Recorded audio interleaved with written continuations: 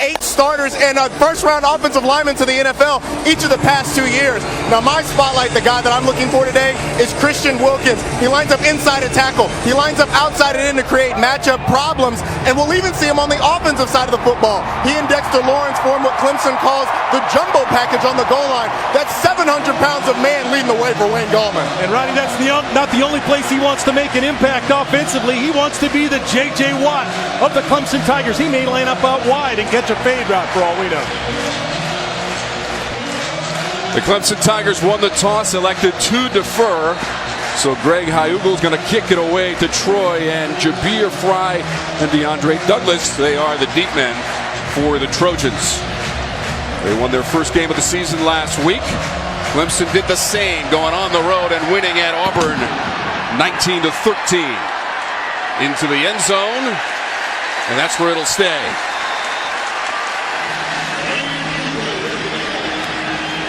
All right, it's time for the Food Line impact players when the Trojans are on offense, Dave. When you look at their big center, sophomore, he's the guy that's starting in there for a replacing a veteran at center. He's got to make sure that he takes care of business against this extending defensive line that Roddy Jones just talked about. And then Jordan Chun coming back from a knee injury. The first play out of the box last week against Austin Peay, he goes 48 yards for a touchdown. They're excited to have the big fella back toting a rock. Trojans are 1-0 with a win against Austin Peay last week at home, 57-17 when they rolled up over 700 yards of total offense. Brandon Silvers, number 12 at the controls. They'll go to the ground and go up the middle, and that's Jordan Chun, a 6'1", 231-pound junior for the run. Bulwer makes the tackle, a 9-yard pickup. Heck of a matchup. Got a 231-pound running back going against a 235-pound linebacker. And Chun, you see the power of Chun is the leader of that defense. Bulwer has to come over and really kind of ride him to the ground. Key interception in the win against Auburn last week by Ben Bulwer, the senior from Anderson, South Carolina. This is going to be Emmanuel Thompson, and there is no gain. Time for our Toyota impact players, Dave, on defense for the Clemson Tigers. The guy that just made that play, Carlos Watkins, 305-pound nose tackle, just flowed down the line and made a tackle on the bubble screen. He's the only senior with a lot of young people around him. Bulwer, we just talked about, he's the leader of the defense. He comes back from that outstanding defense a year ago. And in the back end, Tankersley is the only returning starter. So a lot of new people, but here at Clemson on defense, they just reload. Those the Food Line impact players for the Clemson Tigers on defense. It is 3rd and 1. They'll try to go up the middle. Second effort from Chun. Did not appear to get it. No gain on the play, and 4th down for the Troy Trojans. Troy willing to roll the dice here early in the game. Tom, ball at their own 34-yard line. Looks like they're going to leave their offense on the field. Outstanding play by Lamar. Trey Lamar, one of the young players defensively for Clemson. Troy going on 4th and 1.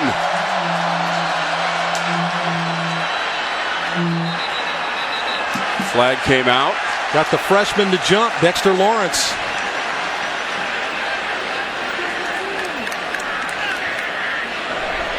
.57 offense, simulating the snap, 5-yard penalty, 4th down.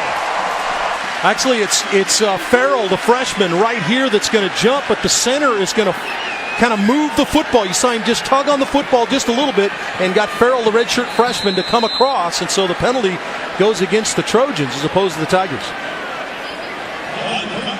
So now Troy will have to punt. Ryan Kay will come in to punt. Ray McLeod will receive that punt from Ryan Kay.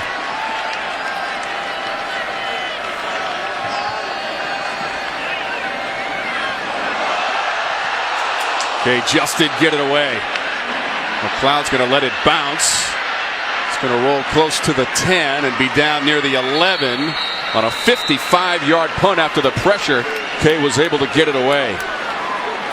ACC football is brought to you in HD by your local Tire Pros dealer. Win a VIP trip for 2 to the ACC Championship game and Continental Tires at TireProSweepstakes.com. Well, what do you say about the All-American Deshaun Watson? 4,000 yards passing, 1,000 yards rushing. Those are his numbers a week ago against a really stingy and tough Auburn defense on the road at Jordan-Hare. Tough place to win. They were able to get it done Watson looking to clean some stuff up this week. 399 yards of total offense in the win at Auburn. And Troy is able to swallow up Wayne Gallman. Time for the food line. Impact players for the Tigers on offense.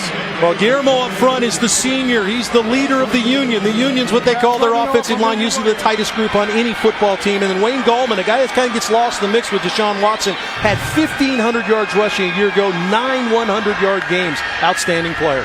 Gallman with 123 yards rushing last week against Auburn. That pass is complete up near the 19. Jordan Leggett is number 16 on the catch from Deshaun Watson.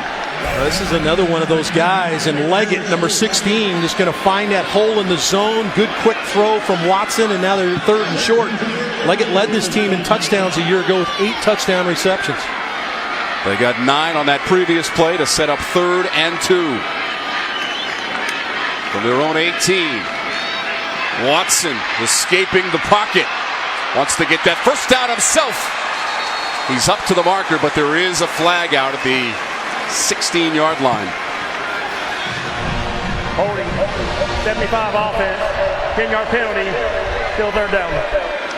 Let's look at our food line impact players defensively for Troy. You look up front, Junior Conde, transfer from North Carolina, knows the D coordinator. Vic Koenig played for him. They love his leadership. The senior Lloyd, one of the top returning tackler on this team, was 73, part of that East Mississippi Community College tandem that comes over from that group. And then, of course, Rookard will affect the game not only at free safety, he's an outstanding return guy as well. So the holding penalty went against the Tigers. Watson from near his own goal line wants to go deep, but it is too far for the intended receiver. That was Artavis Scott trying to break free, and it brings up 4th down. Jalen Harris is stride for stride with him, although Scott did detect some contact, did not get the marker. Good job by Harris. It's a bump and run one-on-one coverage with one of the more explosive players in the country in Artavis Scott. So Harris stands up to the test, the junior from Dothan, Alabama.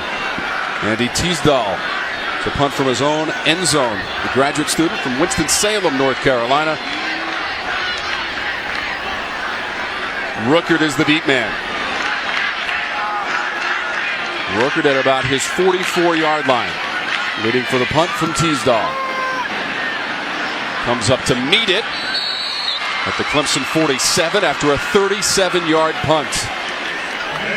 So great field position for the Troy Trojans.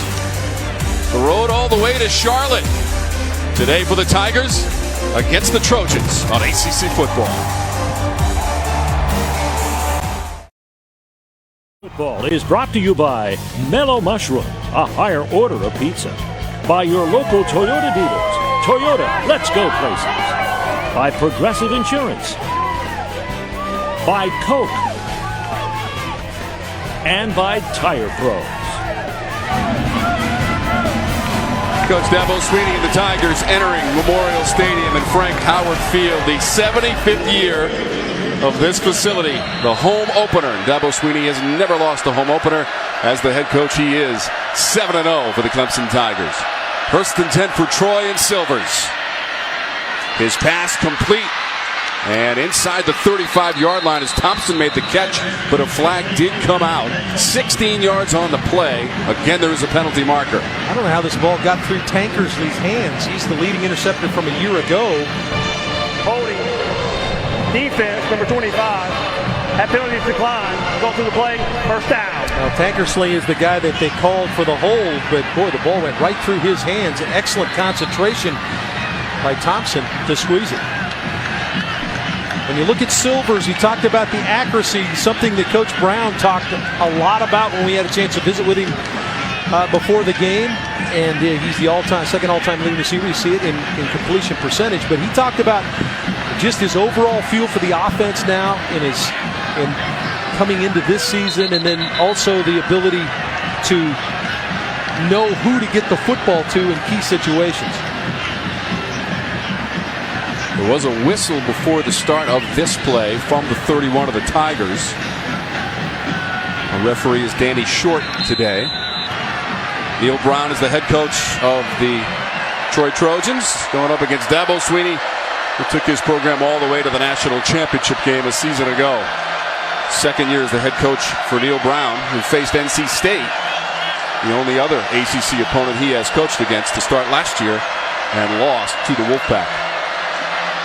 Silvers, complete. That's Douglas on the catch to the far sideline, about a yard short.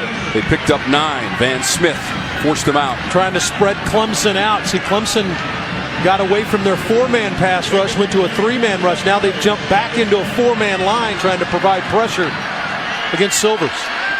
Short second down play to the end zone. And Douglas was trying to find it too far for him. Again, it was Van Smith on the coverage. Well, again, this is pressure. You have to pressure a quarterback with the 4-man rush. And Carlos Watkins, number 94, is able to get into Silver's face enough to make me inaccurate with the throw to the corner. It's a talented young group up front. Boldware runs the show, number 10. He's the guy looking to the sideline to get the call. But it's a group up front, very young, talented. Watkins, the senior, the only one. Just 35% on third down a season ago for the Trojans. 3rd and 1. Incomplete. Again, Douglas was the target.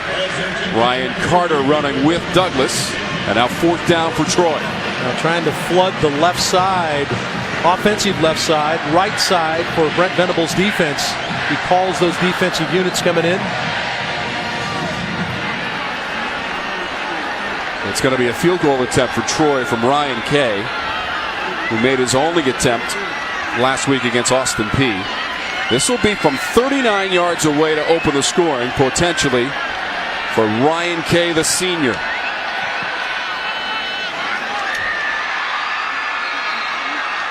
And Kay puts Troy on the board.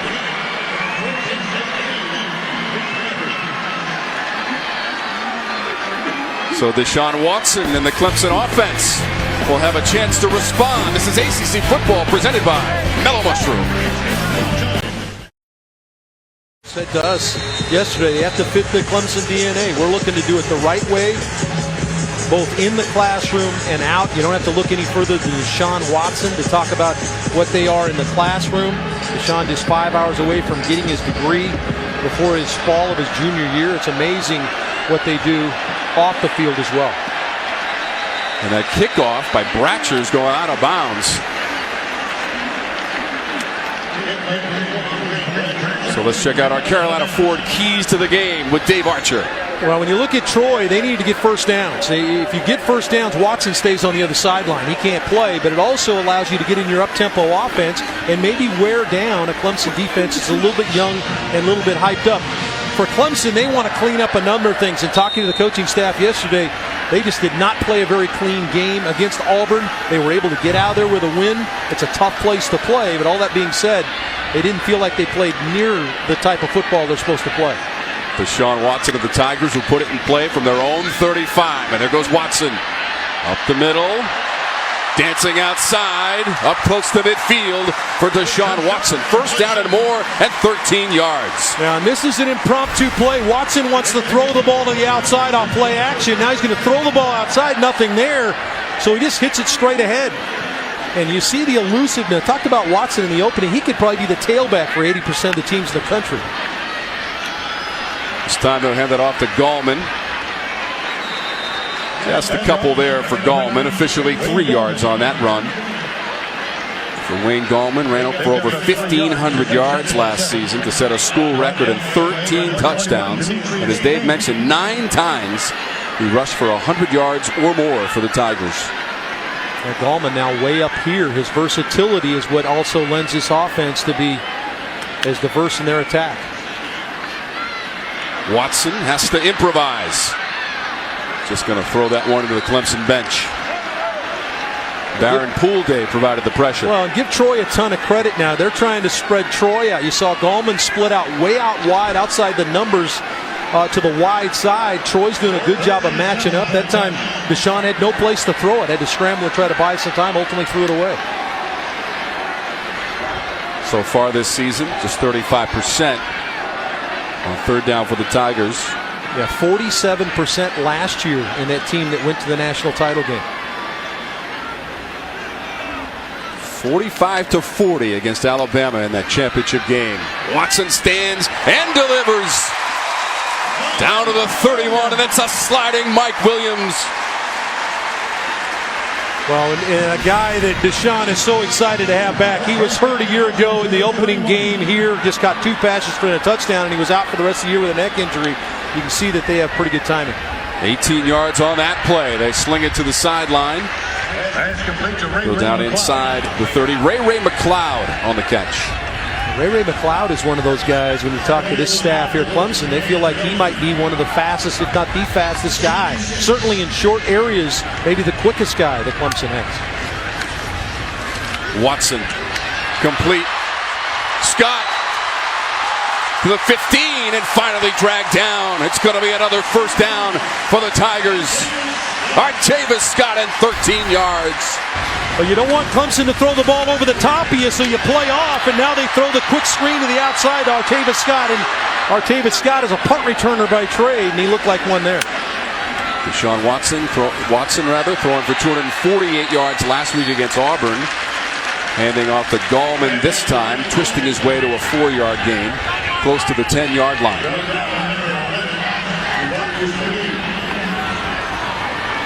McGee had the tackle for Troy on its heels as the Tigers force their way towards the end zone, trailing 3-0 in the first. Just a little bit there for Gallman. Good job by McGee again, folding in and getting in on the tackle on Gallman. This is a part of Clemson's team that probably gets overlooked with all the flashy stuff on the outside and the quarterback, but they really get after you up front with a power running game. You mentioned Tom Gallman, over 1,500 yards, a school record a year ago. They want to run the ball right at you. 3rd and 5 to the end zone. Incomplete as Leggett was the intended receiver. Chris Weatherspoon on coverage. Well, it looked like he hooked him too. That's what Watson and Leggett were looking for.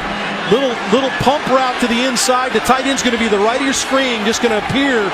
Don't quite see it, but it looked like Witherspoon wrapped him up around the hip. That's certainly what Leggett was looking for. We want to alert, Dave, our ACC network affiliates down the line. That next commercial position will be position number 5. Here is the field goal attempt. Hyugle, who was 2 for 2 last week against Auburn, from 26 yards away to even it up.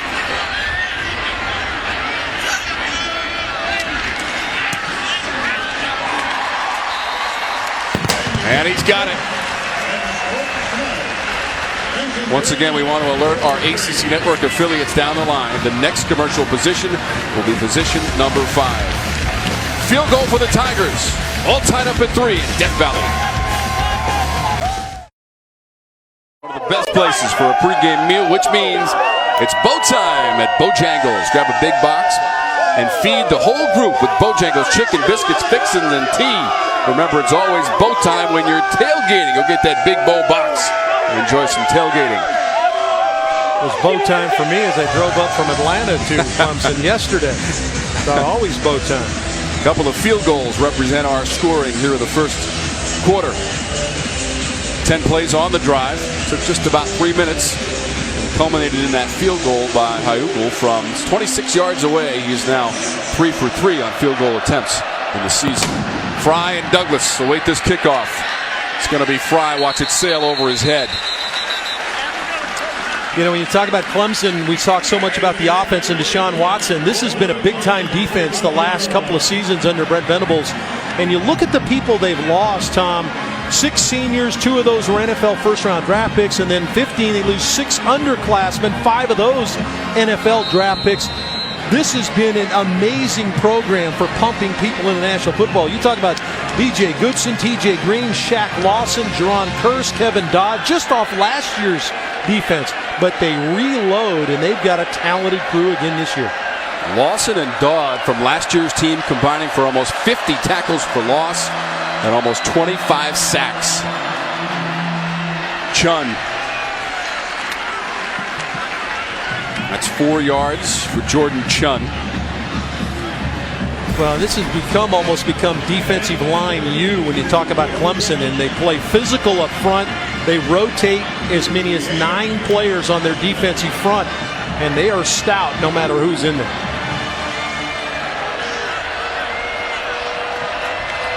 Big Scott Pagano, one of the more veteran players, 56 up front. And he's just a junior. From Honolulu, Hawaii, part of this defensive unit for the Tigers. As we go inside of 7 minutes to play in the first quarter. Silvers at quarterback. Quick release.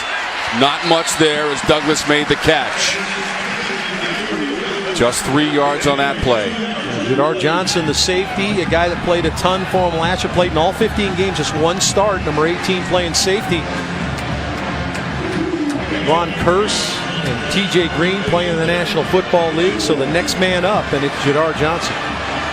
20 TD passes a season ago for Silvers. He's just looking for a first down here, though, on 3rd and 4. That's Hiram Velez, number 7 in white.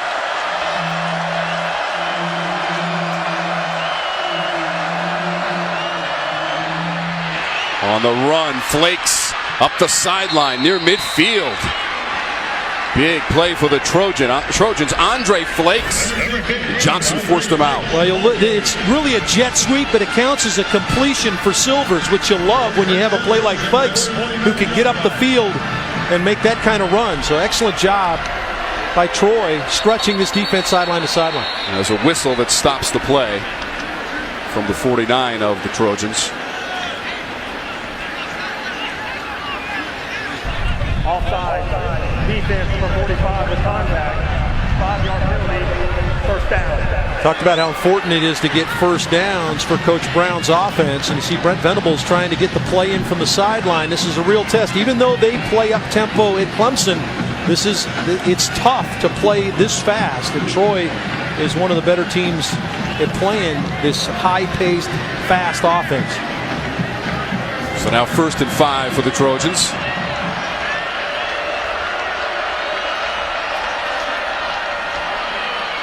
Chun. He might have enough for a first down near the 41-yard line of the Tigers. Got 3 seniors, a junior, and a sophomore up front in front of Silvers, and they're doing a nice job of creating some running lanes for this run game.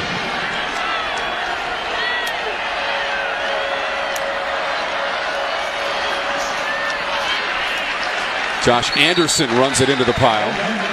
No gain for Anderson. Like another one of the rotations, Albert Hudgens comes in, the sophomore from Orangeburg, South Carolina, number 67. He's able to fold in from the defensive end spot to make the tackle. So, Dave, there's a little bit of confusion on the field. The down marker says 2nd down. The officials have said it's 3rd and 1. And the sticks have not moved. Well, they've run 2 plays since, like you said, since the sticks have moved, and they have now changed the down marker to 3rd down. 3rd and about the length of the football here. It's a very short one for the Trojans and head coach Neil Brown.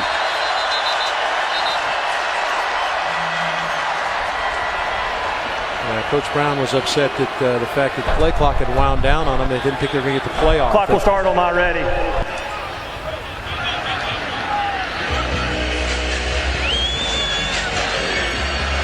Second-year head coach Neil Brown.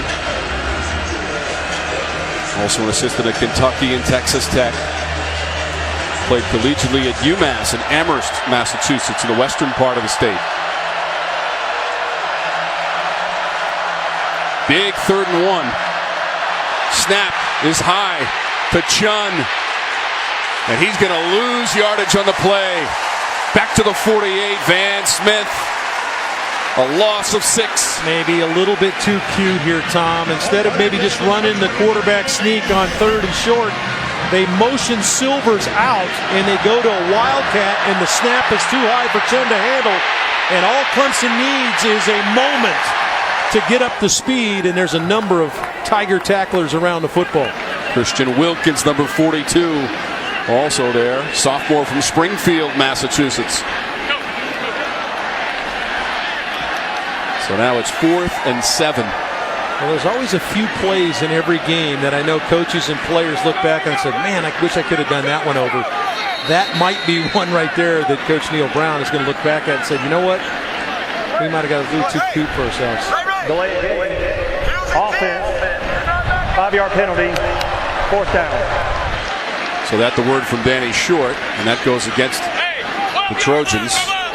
That'll push Ryan Kay, the punter, back. Ray McLeod is going to receive this punt, standing at his 14-yard line.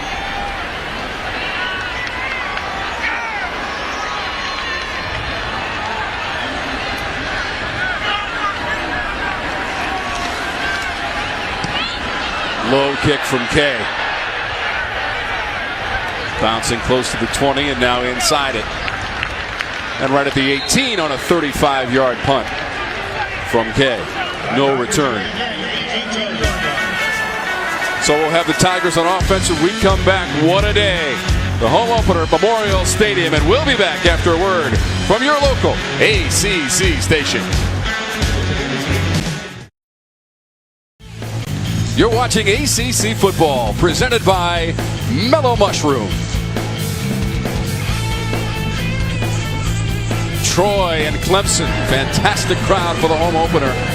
Tigers have won 16 in a row at home. That is a school record and second best in all of the football bowl subdivision, only behind Florida State, which has won 21 in a row. Could be 22 as they take on Charleston Southern today. The numbers for Watson as they go on 1st and 10. It's going to be Choice. And he is dropped. Chris Weatherspoon in the backfield to blow it up, and a loss of 3. You know, Adam Choice redshirted a year ago, but this is a kid that's got pretty good bloodlines. You remember Tashard Choice at Georgia Tech, and then on to the National Football Coach. Joe Burns is his uncle, but outstanding player that they feel like is a key backup to Wayne Gallman. Watson back to his left. And again, he has to toss it out of bounds into that Troy bench area. And just like that, it's 3rd and 13. Well, Troy winning up front, Roddy, right now. But when you talk about Choice, tell me about what you think of him.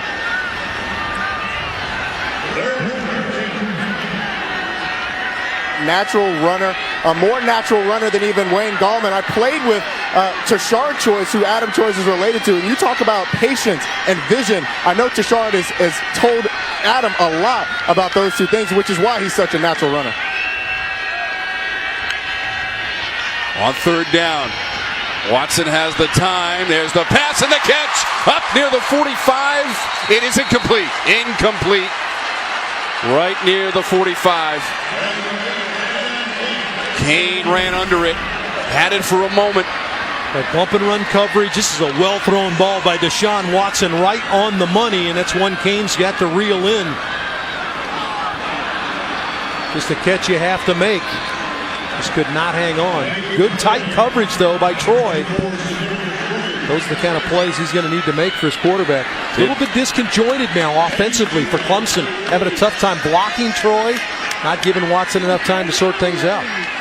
It was Jalen Roundtree who made the play defensively as Teasdall hits one off to the right, and that's going to bounce out of bounds near midfield. So again, the Trojans will have excellent field position, a 36-yard punt. All right, here are our Coca-Cola ACC standings as we reflect back to the 2015 season. The Clemson Tigers undefeated 8-0 in conference play. That included, Dave, a victory against Florida State. Oh yeah, they have a pretty big game coming up October 29th. Yeah, it's in Louisville. Don't forget about Louisville. Yes. How good did they look last night? And Lamar Jackson and what he's bringing to the table. We'll sleep on NC State as well. They've got a talented crew. North Carolina, of course, got off to a tough start against Georgia. You got Miami, Pittsburgh, Duke, Virginia Tech, who we saw last week. So they have a big game tonight against Tennessee. So could be anybody out of that division, that side of the division. Silvers gets rid of it. Complete inside the 25. DeAndre Douglas up top to make the catch. Well, it's a well-thrown ball by Silvers with defenders in his face. We talked about his ability to be accurate. Pagano lays the boom to Silvers, but how about the accuracy on the throw and then the concentration to make the catch on the back end? Outstanding catch by DeAndre Douglas. A 30-yard connection between Silvers and Douglas. Ball at the 21 of the Tigers as we go inside of 2 minutes of the first period. And a slight delay. The play never develops, and Chun is dropped Kendall Joseph is number 34, and a loss of 2. Joseph steps in at that middle linebacker spot. We talked about P.J. Goodson moving on to the National Football League. Before him, Stephon Anthony played middle linebacker. Now it's Kendall Joseph's opportunity, the redshirt sophomore. Played 7 games a year ago, but mainly on special teams. He now steps in at linebacker. 2nd and 12 for Troy.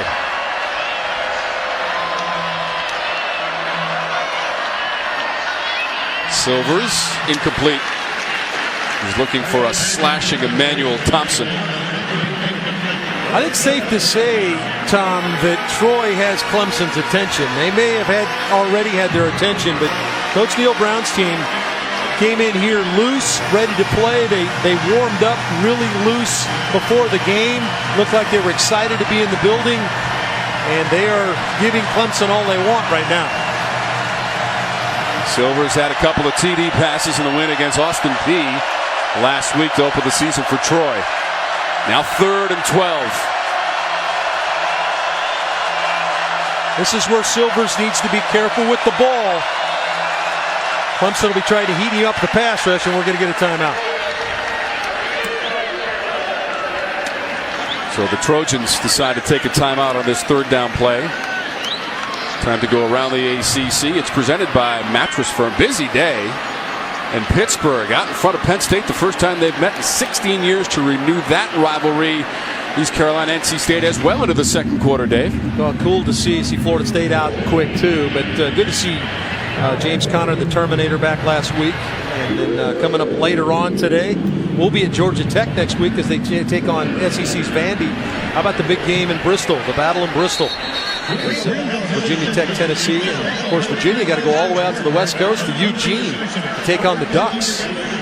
Dave, how about 150,000 people, Bristol Motor Speedway? We saw Virginia Tech last week and Gerard Evans throw 4 touchdown passes in that opening week victory against Liberty at Lane Stadium for the Hokies. Yeah, he looked good, and so does Silvers so far today for Troy. We talked about his accuracy. Done a nice job so far taking care of the ball, and that'll be the big thing here. Clemson trying to come after him with 4-man pass rush potentially. He's got to take care of the ball. Silvers 6 of 9 for 76 yards here on 3rd down. This play's going nowhere. It's a pile of orange jerseys as Fry gets swarmed under. Dexter Lawrence, number 90, right there, and they lose 4. 6'5", 340 pounds is Lawrence. He's number 90 right here, playing the nose tackle position. Just blows up the play. They're trying to run a draw play. Cromitty, the center, didn't take enough out of Lawrence. Lawrence with 10 tackles. How about that? A nose tackle with 10 tackles from Wake Forest, North Carolina. A 19-13 win on the road at Auburn. That's what Dabo Swinney told us. Those tough games at the beginning of the season build championship teams. Right here, though, Troy has a chance to take the lead. 44-yard field goal attempt from Ryan Kay, who's already made one. It's a bad snap, and the Trojans can only cover at the 35. Boy, opportunities for Troy here early in the game. They had the blown snap on the 3rd and short play, and now a blown snap on a field goal attempt. Really wasting away opportunities against the number 2 team in the country. Caleb Barker, one of the backup quarterbacks, had no choice but to fall on that football, so no chance to send that 44-yarder on its way for Ryan Kay. The Tigers will take over. Would not be surprised right here to see a shot taken by Clemson. Usually after a turnover or something bad happening to the other team, you take a shot. Here's Williams at the top. Watson pursued and dropped at the 27. A sack for the Trojans. Statham made the sack, and the Tigers lost 8. Boy, that's exactly what they want to do. They were going double move, hitch and go on the outside for Watson. Watch the little pump fake.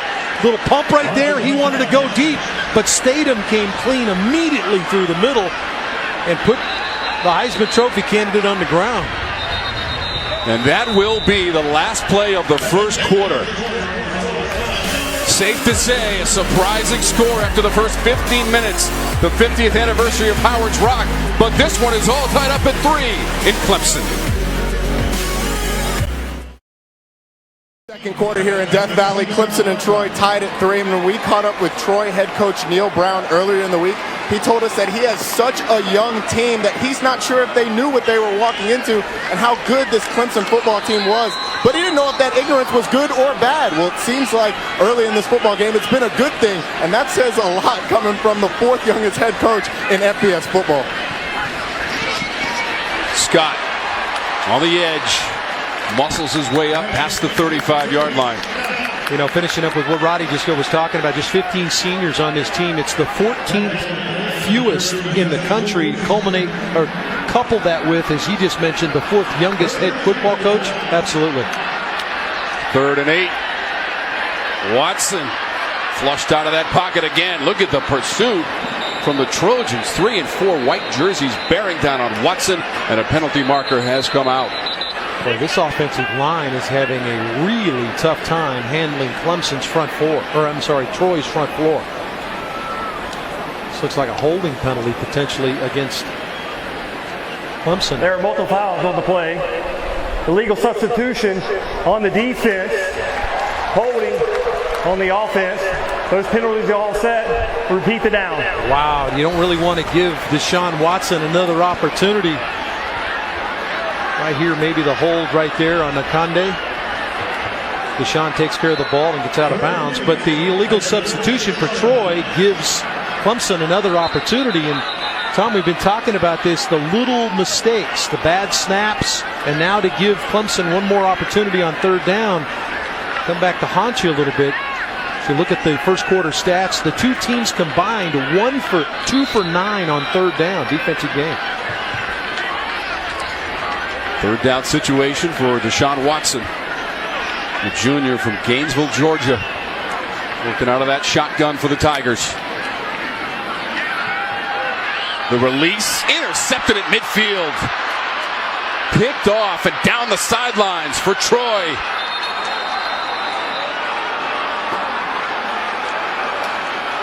Jalen Roundtree is number 22, Dave. Yeah, and he just sits in zone.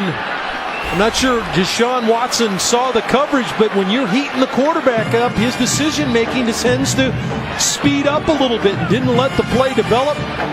Roundtree's sitting there waiting for the football, almost as though Watson was playing catch with Roundtree. Now Deshaun's got to go make a tackle. And look at the opportunity for Troy. Boy, you hear an uneasiness here in Death Valley as the Clemson fans aren't used to seeing the mistakes. 25-yard return off of the interception from Roundtree, his first of the season. So from the 26 for Troy, and Brandon Silvers remains in the game. Man coverage across the board for Clemson. You can see them all up tight. Deflected at the line and intercepted. Tigers get the football right back. Jalen Williams. He's sitting in this perfect spot for the play, just a tip ball. He's going to try to take advantage of man coverage across the board, but Wilkins gets his hands in the air and bats the ball right into the arms of the waiting linebacker. Williams just scoops it up and takes off with a little escort from Wilkins, but nice play by Wilkins. Couldn't get there. It was a short drop, quick throw. Get your hands in the air, try to create a tough throwing lane, and Wilkins did that. First interception of the season for Williams. This is the best starting field position of the game so far for the Tigers. On their own 37. It's going to be Scott trying to swing it around the edge. Dodges a couple of Trojans. The ball was on the turf, and he got it back as we go to our Charlotte studios, and Katie with him. Tom, we head out to East Carolina. Stan, it has been a back-and-forth game. The Wolfpack heard you. Absolutely. You got Ryan Finley, quarterback, comes in, 80-yard pass to Stephen Lewis, and that is a house call. In honor of Randy Moss's son being in NC State, we're going to call that a Randy.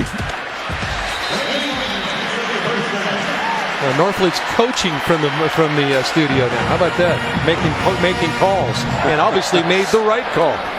Nice job, Stan. Looking forward to the halftime comments from Stan and Coach Tommy Bowden. Katie with him hosting in our Charlotte studios. After the run by Gallman, he gets it back on the pass. First down play, he goes out of bounds into Troy territory. Really impressed with how Troy's running sideline to sideline defensively. Talked to Vic Koenig, the defensive coordinator at Troy. Asked him about the speed at Clemson plays. Well, his offense plays the same speed, so they're very accustomed to having to line up quickly, stretching sideline to sideline, and they look very comfortable here in the first quarter plus. Second down play through the hands of Ray McLeod at the sideline. Talked about Vic Koenig, longtime defensive coordinator. Was it here at Clemson? An outstanding coach at North Carolina. Linebacker, played against Vic. He was at Kansas State as a linebacker, tough guy. Does an outstanding job.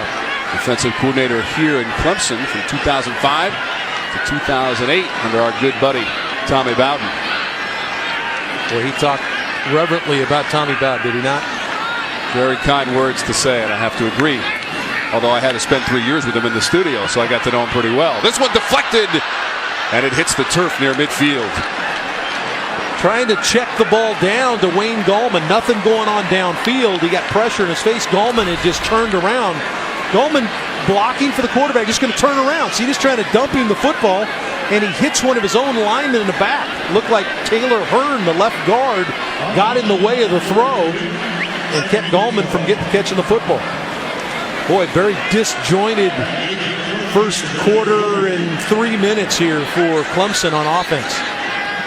Rookert waiting for the punt from Teasdall. Watson's numbers so far, Dave, 7 of 15 through the air and 63 yards as the Tigers punt this one. It's going to bounce at the 1 and go into the end zone. 47-yard punt. There is a timeout on the field. This is ACC football presented by Mellow Mushroom. Troy and Clemson tied at 3.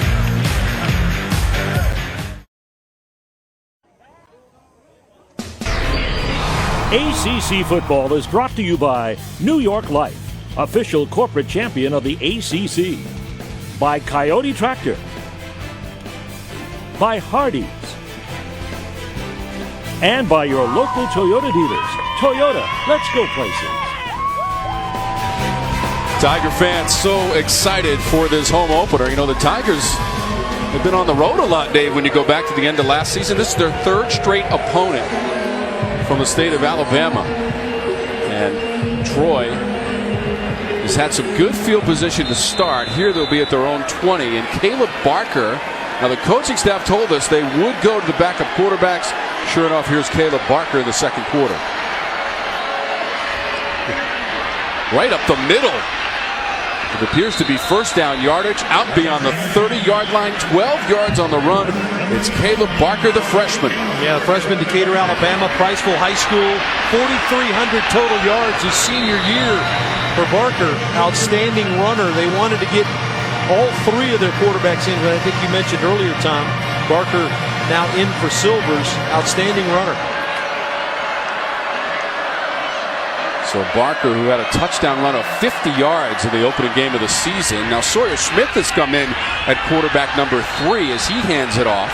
This is Josh Anderson with the run. He picks up 8 yards. But again, we've seen 2 different quarterbacks in the last 2 plays, Dave. Well, Anderson had a touchdown run the weekend. I think everybody ran for a touchdown for Troy last week against Austin Peay, as it turns out. But Anderson with a nice run there on first down. And now all of a sudden what we saw happening when Clemson has the ball, with Troy's defensive line winning the line of scrimmage, now all of a sudden Troy's offensive line trying to take control a little bit in the run game. Sawyer Smith, number 3, is in at quarterback. 47-yard TD pass in the game against Austin Peay. He has his receiver Thompson, number 8. It's going to be another first down. They got 4 yards on that pass play. It's a good catch by Thompson, too. The ball was thrown a little bit to the backside, but a good catch by Thompson. Little uneasiness here, Roddy. You're exactly right, Archie. When we talked to head coach Neil Brown, he said that with 2 freshmen backup quarterbacks, they wanted to get him some experience early. But the offense changes with these 2 guys in the game. With Silvers in the game, they're a spread team that throws the ball all over a yard. With these 2 guys, it's more of a spread option team, zone read. And there's an interception right there at the 45-yard line. Kendall Joseph twisting in the air, and he's got the second pick of the game for the Tigers. Well, and that may be why, as Roddy was just talking about, zone read, running the football a little bit. You got 2 young quarterbacks that have not seen college tight coverages, but Joseph, the linebacker, the new middle linebacker here at Clemson. What an athletic play that was in a ball that should never have been thrown. That was into coverage, freshman mistake there to push that ball into the middle of the Clemson defense. Big play by Kendall Joseph. Joseph, who had 14 tackles and 3 for a loss in the win against Auburn and a sack, has his first interception of the season, and the Tigers get the football back at their own 46-yard line. So back and forth between these two teams with the turnovers most recently. 1st and 10. Quick trigger, wide open. McLeod dusts a man at the 40 and bounces out inside the 35. Ray McLeod on the catch for Clemson. Well, Ray McLeod, outstanding running back when he was in high school at Sickles High School in Tampa, Florida. Ran for over 2,100 yards his senior year. And here's some of that running back. Just dropped his shoulder on Jalen Harris, the corner. 20 yards on that play after that collision on the edge. And now the flip to Fuller. He's going to lose a yard on that play. C.J. Fuller. Good quick force by Melton, the corner. Number 4 came up. Marshall was able to come in and help make the tackle, but a good job by by Melton, the corner, against Fuller. Keep in mind the Tigers have won 38 straight games against unranked opponents. As Watson fires, it is deflected up in the air at the 40. Nankande with a piece of it. He's the transfer from North Carolina. And Baron Poole is going to drop the hammer on Deshaun Watson, number 97, the interior defensive lineman for Troy. Our 1st and 10 line brought to you by the North Carolina Education Lottery, celebrating their 10th anniversary and over $4 billion raised for education. Watson has all day. Toward the end zone. Diving grab. It is a touchdown. Hunter Renfrow. What a catch in the end zone for the Tigers.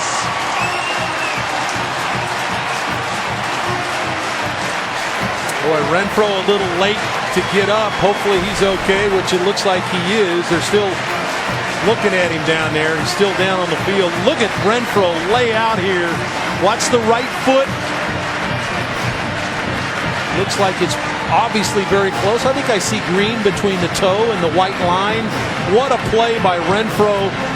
His emergence as this security blanket for Deshaun Watson. Made the big catch a week ago against Auburn for the touchdown. Had 2 touchdowns against Alabama in the national title game. How about this catch from the former walk-on?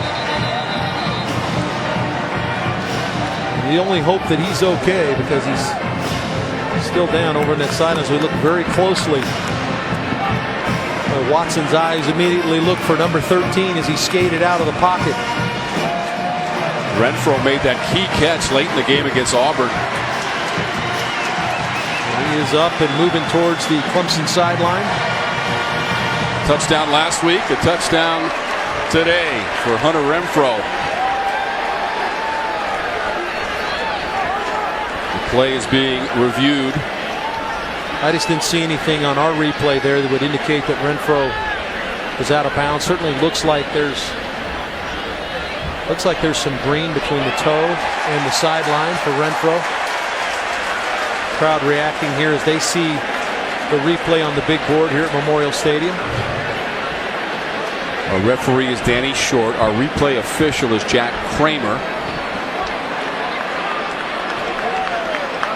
The play under review, Hunter Renfrow. What a catch. Totally outstretched. How about the 2 playoff games for Hunter Renfrow a year ago? Oklahoma and Alabama had 11 catches for 147 yards and 3 touchdowns in the biggest moments for Clemson. And of course came up big last week, as you just mentioned, against Auburn. And it looks like maybe he is going to be the guy that maybe get this Clemson team started today. After further review, the play on the field stands as called. Touchdown. So it is a 35-yard pass play. Deshaun Watson to Hunter Renfrow. Dabo Sweeney told us he is a card-carrying member of Renfrow Nation, is what he said yesterday in our extended meetings in his office, and he just loves what that young man has been able to do in his Clemson career, just a sophomore from Myrtle Beach, South Carolina. Yeah, walked on in 2014, and if you see the extra point split the uprights, was put on scholarship in August of 2015. Deshaun Watson and the Tigers have the TD 10-3 here at Memorial Stadium. Watching the ACC Network, an exclusive production of Raycom Sports, also streaming live on the ACC.com and on the official ACC mobile app. Today's coverage of ACC football being broadcast on AFN, the American Forces Network. We welcome the men and women of the U.S. Army, Air Force, Navy, Coast Guard, and Marines stationed around the globe in 175 countries and on the high seas. So proud to have you with us and hope you're enjoying the broadcast. 10-3 now. The Tigers have taken the lead. Hunter Renfrow, fourth straight game with a TD grab. Deshaun Watson has now gone 18 straight games with a touchdown pass. Fry and Douglas are deep. This is Fry, 5 yards deep, but he's staying there. Let's go to the studio and update on Pittsburgh and Penn State. That's right, Tom. We head out to Heinz Field. Pitt with an early lead, and Coach, they continue to add more. Pitt's got goal line personnel. Penn State anticipating inside run. George Aston on the outside. Ball comes out after he crosses the goal line. Touchdown Pittsburgh. And they just added another one. So Pitt on top of Penn State 28-14. Tom, Dave? One of those teams, Katie and Coach, that they were talking about, maybe one of the dark horses in the ACC, certainly in the Coastal Division. Pat Narduzzi's team laying the wood right now to their cross-state rival. 97th meeting between Penn State and Pittsburgh. First since 2000 between those two programs. Anderson hits a roadblock. He'll lose yardage. Now, important for Troy to try to continue to run the ball, but an outstanding job. Lawrence, the freshman, playing that nose tackle spot at 340 pounds. Just a load to handle. Boy, are they excited about him as this defensive line just continues to reload. We talked about the missed opportunities for Troy. Tom lost the ball on downs, throwing the ball, a couple interceptions, got a bad snap on the field goal.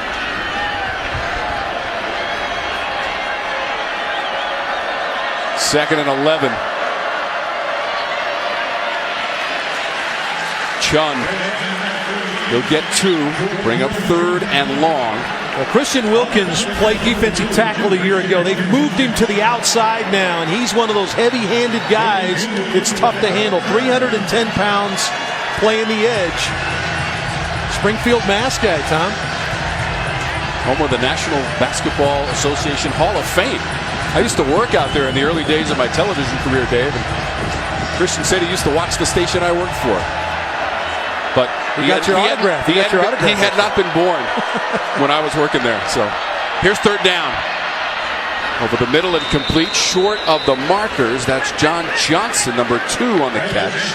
But it is going to be a little bit short, maybe a couple yards short for the Trojans. They got 7 on that play. Well, and Troy has not been shy about saying they're going to go, and here we are again at the 34. They're going to go at it again. 4th and 1. Chun, the running back, to the right of the quarterback, Brandon Silvers.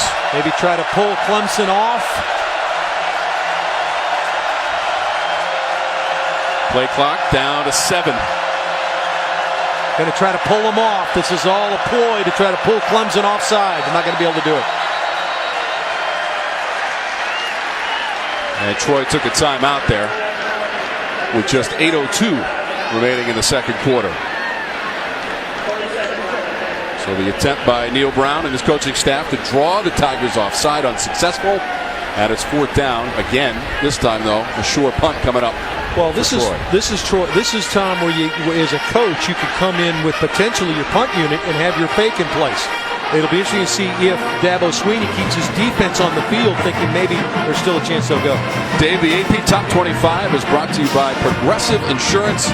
Two of the top three, these Tigers and the Florida State Seminoles, were playing Charleston Southern this week, but then they have to go to Louisville next week. Well, Lamar Jackson has had 2 unbelievable weeks. I know it was much to your chagrin we had to watch your Syracuse Orange. That's okay. They hung tough for a while, Dave, but Louisville was just too strong. Lamar Jackson is amazing. Talked a little bit about the comparison to what he is and maybe Michael Vick. I think he's a more accomplished passer at the college level than Vick ever was, and he's certainly as elusive. But look at the numbers of Lamar Jackson. 13 touchdowns, more than every team in the FBS. So now Troy has come out on 4th and 1. Looks like they're going to try to go for it again. Now a whistle stops the action. Play clock had gotten low. I think they're going to have to reset the play clock. I think that's what the conversation is here. And you'll blame Coach Brown. I mean, this is an opportunity at the number 2 team in the country. Now you are playing well defensively. So that may be the one question you have here is, would you punt and let your defense continue to play at the level they've played so far? Looks like the Trojans are going to go for it on 4th and 1. Before the timeout, they tried to draw the Tigers offside and let that play clock get way down. Now it's going inside of 10. Here's the play. They're going to have it and more in the Clemson territory. Down the sideline, and it's Jabir Fry. And Fry goes to the end zone. On 4th and 1, a flag came out after the play at the 1-yard line. But Jabir Fry on 4th and 1, 66 yards off the right side.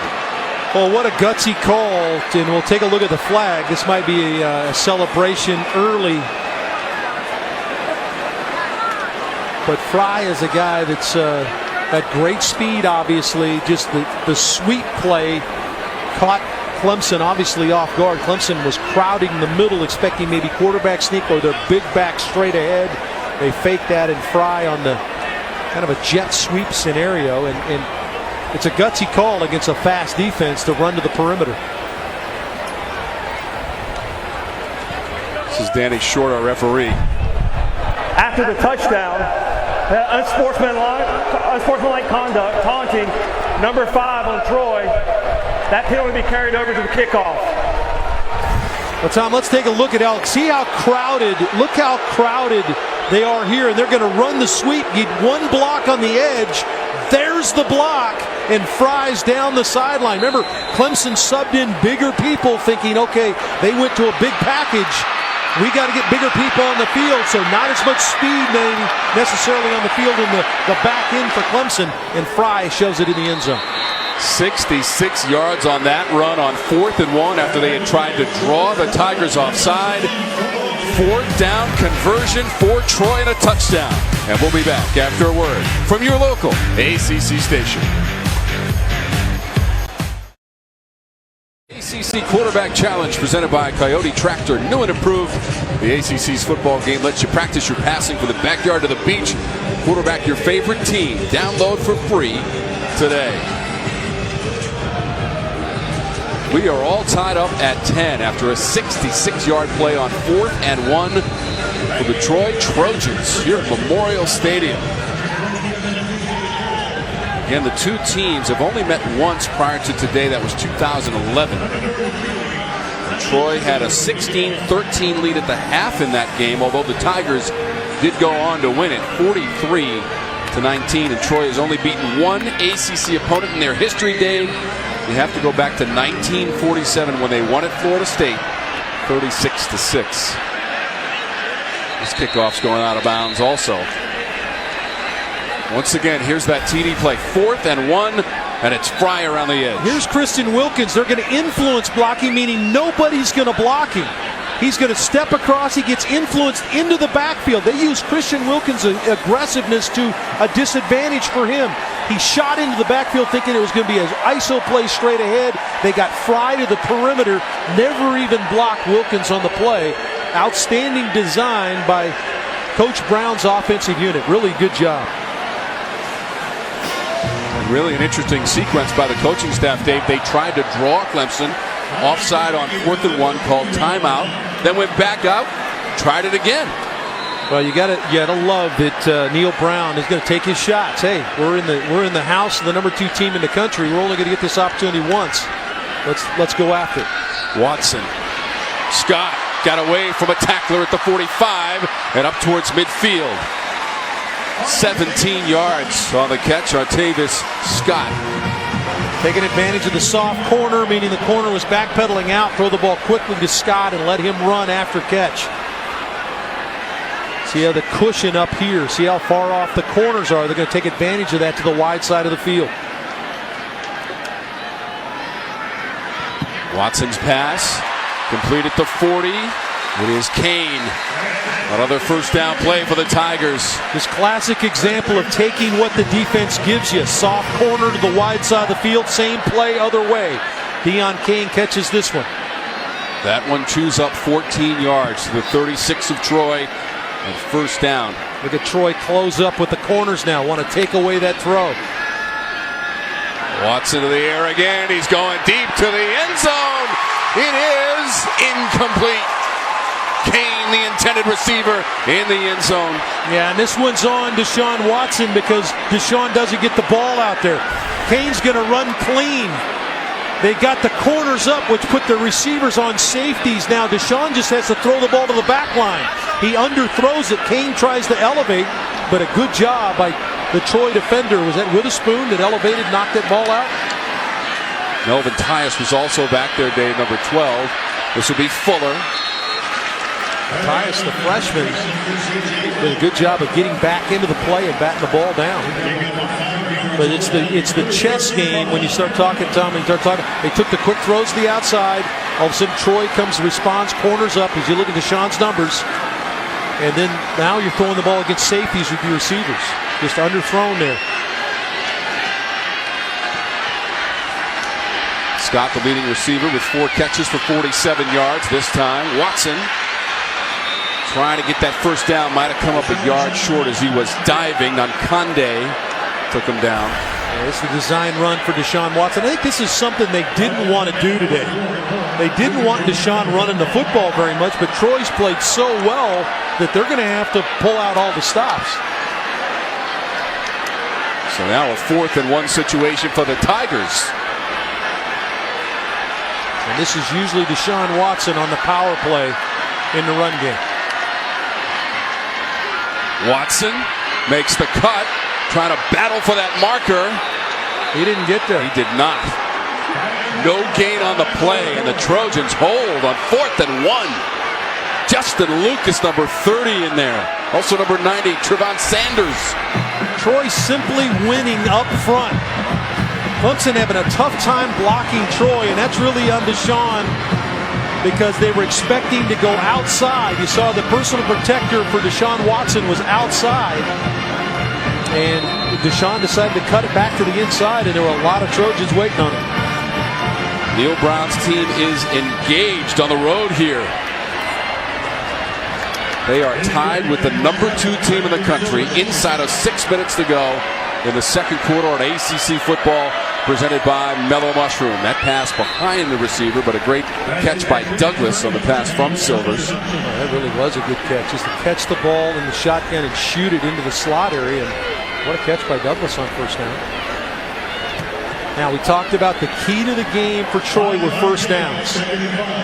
Their defense is playing at a high level. Offense needs to respond for Troy and try to pound out some first downs.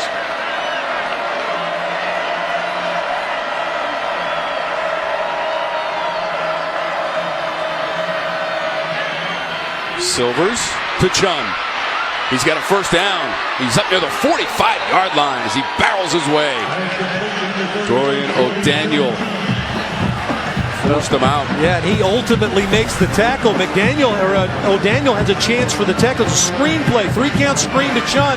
Now, O'Daniel's there, but look at the stiff arm by Chun to keep him off him. And then he able to pound it up the field for a first down. Ran into Jadar Johnson as well on that sideline. Some physicality. 14-yard pickup for Chun.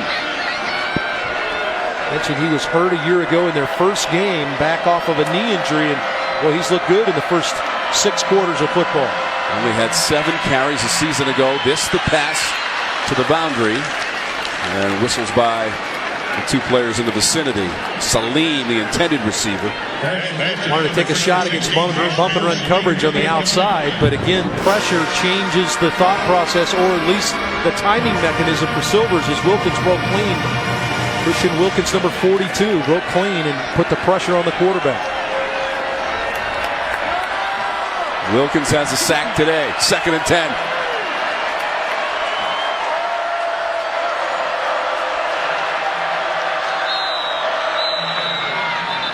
Whistle stops play. Penalty marker is out. False start. 67 on the offense. 5-yard penalty. 2nd down. It's a tough defense to get behind the chains, Tom. Now you're 2nd and 15. They're so fast defensively and athletic up front. If you can stay on schedule, you can find a way to move the chains. But Neil Brown's team now behind the chains, 2nd and 15 here. Now's when you generally see Brent Venables turn that front four loose to get after the passer.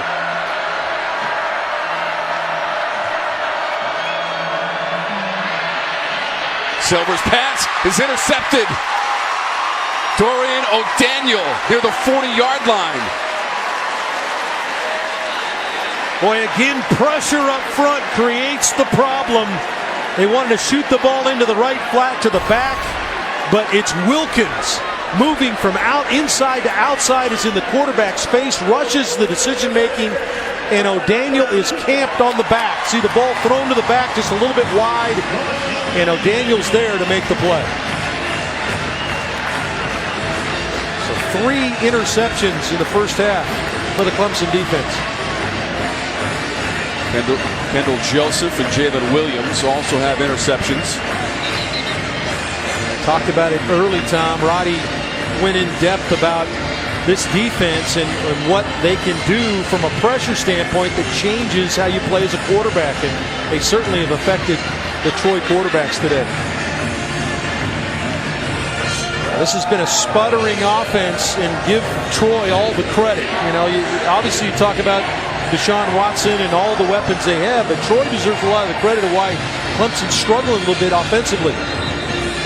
More often than not, offensive coordinators on a turnover or a sudden change situation like to take shots down the field. But we have not seen the ball go Mike Williams' way much. I think he has 1 reception on the day. He'll line up at the top of your screen as we get back to action here. Best starting field position of the game for the Tigers. Adam Choice is in there as the running back.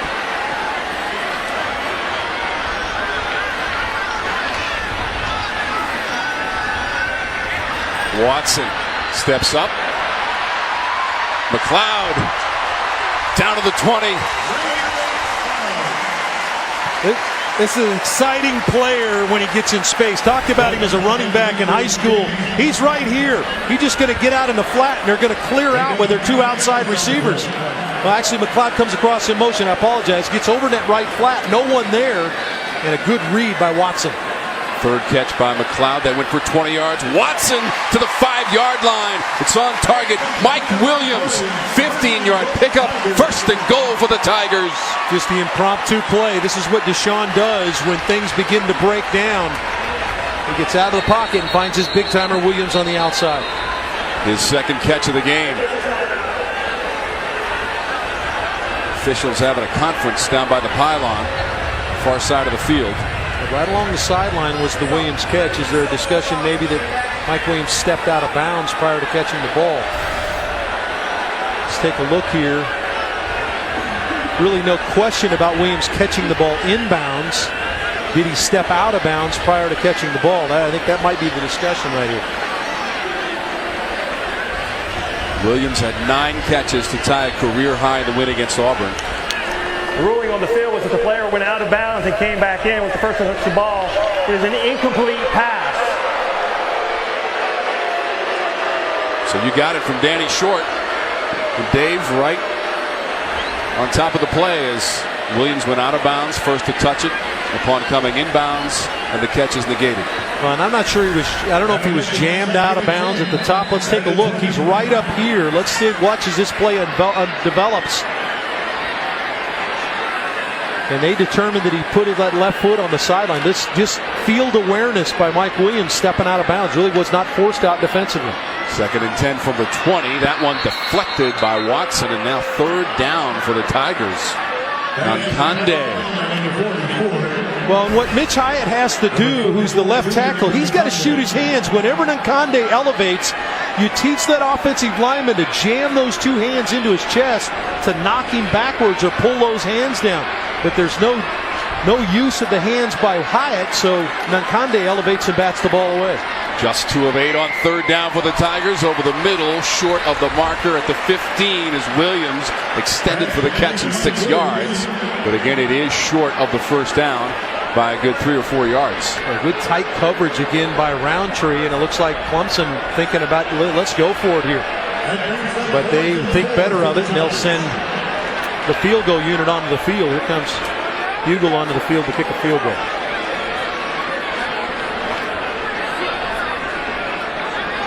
Fans checking out their phones and the action across the country right here. It's an exciting one, very close, but a chance right now for the Tigers on a 32-yard field goal attempt by Hugel. Trying to give Clemson the lead late in the half. And he's got it. The Tigers have taken the lead. 3-point lead, but the Trojans feeling pretty good and hanging tough with the number 2 team in the nation here in Clemson, South Carolina. ACC football presented by Mellow Mushroom Memorial Stadium. And the home opener for the Clemson Tigers.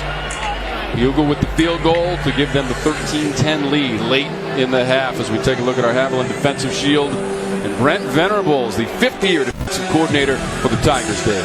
Yeah, 4th in the country on 3rd down conversion a year ago. Sacks per game. They get after the passer.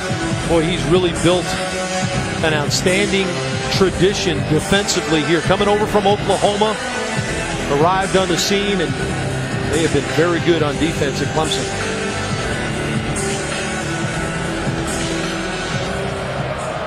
Fry and Douglas await the kickoff. This is Fry, 3 yards deep. Staying there. The Ram Power Play is brought to you by Ram Trucks, Guts, Glory, Ram. After overcoming a season-ending knee injury and being declared cancer-free just a few months ago, James Conner returning to the field last Saturday with more grit and purpose. Stiff-armed his way to the end zone, 5 yards out of his first touchdown of the season. Conner wouldn't be denied. Neither would the Panthers. Beat Villanova 28-7. Great to see the Terminator back on the field with all the battles with the knee and the cancer. Great to see him back. 2014 ACC Player of the Year. Back pounding the rock. The Terminator. Touchdown rushing and receiving a week ago. The Ram Power Play brought to you by Ram Trucks, Guts, Glory, and Ram. The ball on the ground there momentarily. Thomas Chung hit it straight ahead. He's able to scramble back on top. Sorry, Anderson hits it straight ahead. Big fullback. They got 4 yards on that play. 2:25 and counting in the second period. Caleb Barker has come into the game at quarterback. We've seen all 3 quarterbacks for the Trojans in the first half. Silvers, Smith, and now Barker.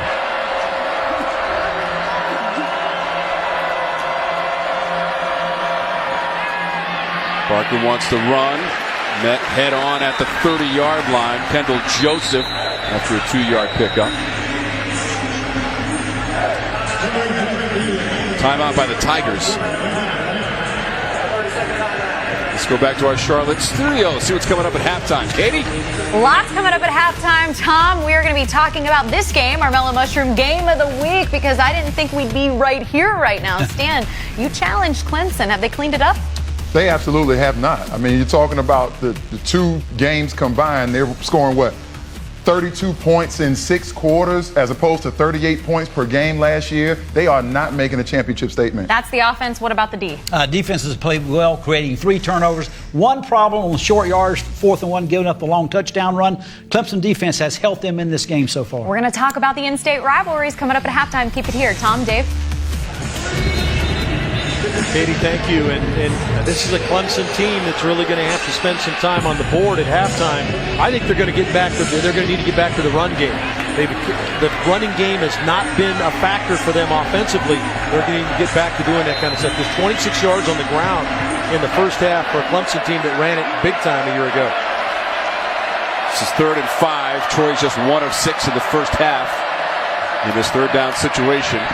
Silvers hit as he released the football, sails high at the 45. Well, if you don't get the ball out on time, you're going to get hit by this Clemson defense. This time Dexter Lawrence, the freshman, number 90, going to pepper the quarterback again. You hold on to it very long against this crew, you're going to get hit. Dexter Lawrence, 6'5" and 340 pounds, out of Wake Forest, North Carolina, making that hit. Ryan Kay will punt for Troy. Ray McLeod waiting at his 29, and now he creeps up to the 30.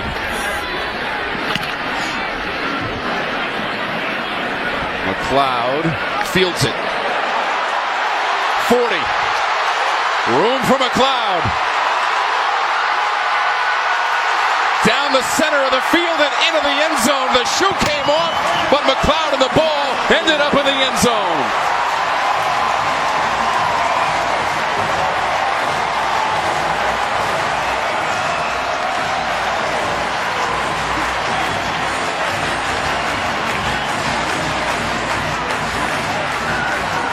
Well, there's playmakers all over the field for Clemson, and they were looking for someone to do something. And Ray McLeod, a former running back in high school, Sickles High School, Tampa, Florida, you see his ability, the open field when he gets one in his hands, and really took a little bit of a gamble on the little hop that jumped into his hands, and he put it in the end zone. 75 yards on the return from McLeod.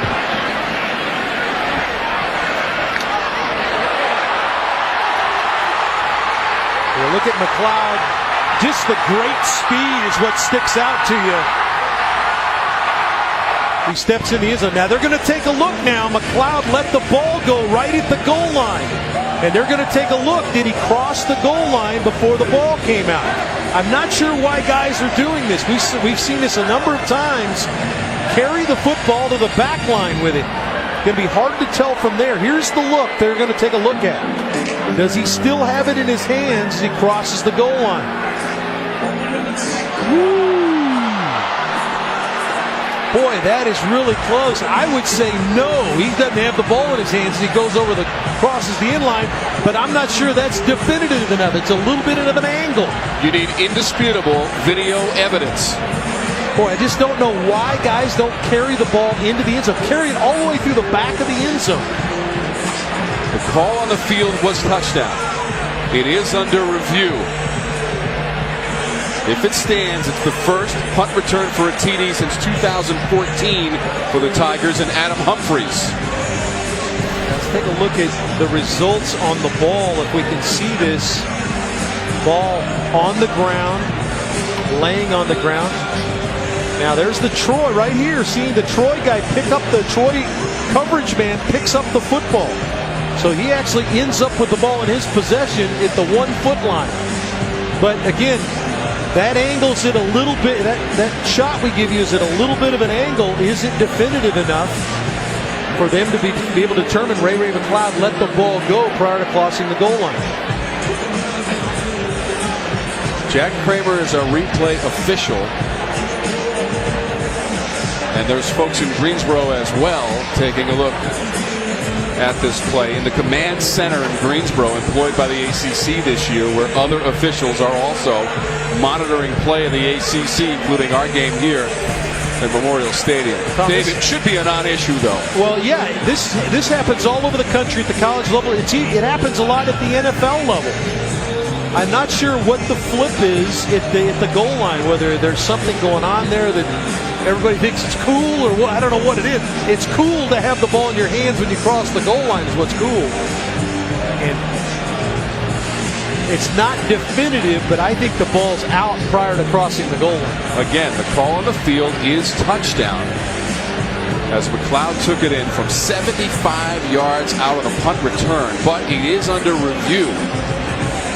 Well, you make a great play. Ray McLeod just made a tremendous play first the scoop down here on like a second bounce to catch it, and then the great speed, just finish it the right way and get across the goal line. I'm sure that's what is in Dabo Sweeney's mind. He said there were a number of plays made by his team a week ago that had his head scratch his head. Wayne Gallman runs out of bounds with the clock running. Boulware has the penalty against the quarterback to get out of bounds, an extended drive for Auburn. And here Ray McLeod, even though he's a young player, he's a sophomore, he's played a lot here at Clemson. It's in his first rodeo. Take care of the football as you cross. Dave, you're right. In that Auburn game, the Auburn Tigers had a couple of cracks at the end zone at the end of the game because of some of those plays made by the Tigers late in that one. Although Coach Sweeney told us any victory on the road in the SEC, especially at Auburn, he'll take that in a second. In fact, it was the first win at Auburn since 1950 for this Clemson program. Talk about how hard it is. If it's taking this long to determine that you can't flip it over. Now, if that's what's going on conversation-wise, now they may be trying to determine, okay, what's the rule? The ball's definitely out. What are we to do now? Because Troy recovered the ball at the 1 foot line. We saw that on our tape. That may be what they're trying to decide here as opposed to still looking at the play. Just to be clear, we did have officials on the field signal touchdown. That is the call on the field, and now it is under review. And again, you need indisputable video evidence. And Dave, we're 4 minutes in now. Taking too long. Taking too long. You can't take this long to figure this out. I like the fact that we've added in some help. You talked about the command center to try to get the play correct. But this is taking way too long. You can't do this. I know we're early in the season when it comes to this type of operation, but this cannot be the norm. If it stands, it's a 75-yard punt return by Ray McLeod. It would be the first punt return TD for the Tigers since 2014. The only reason that the discussion would take this long would be, the only reason that this would be taking this long is that there is going to be a change on the play. Danny Short has the headset on in communication with our replay official, Jack Kramer, and also the command center in Greensboro, North Carolina, ACC headquarters. And they're also monitoring the situation here in Clemson, South Carolina. A lot of discussion. Now we're at least 5 minutes in to this process. And I can guarantee you this, Dave Archer, from this point on, Clemson ball carriers will take that ball to the back line of the end zone and hand it to the official from this point. I would think this would be an example for everyone in the country that has a chance to carry the football into the end zone. Take it to the back line and set it down. Especially, you don't want to let the Troy Trojans hang around. They have proven to be a tough opponent so far on this Saturday. Here we go. After review, it was determined that the player fumbled the ball prior to reaching the goal line. The defense recovered the ball in the end zone. The ruling is touchback, first down Troy.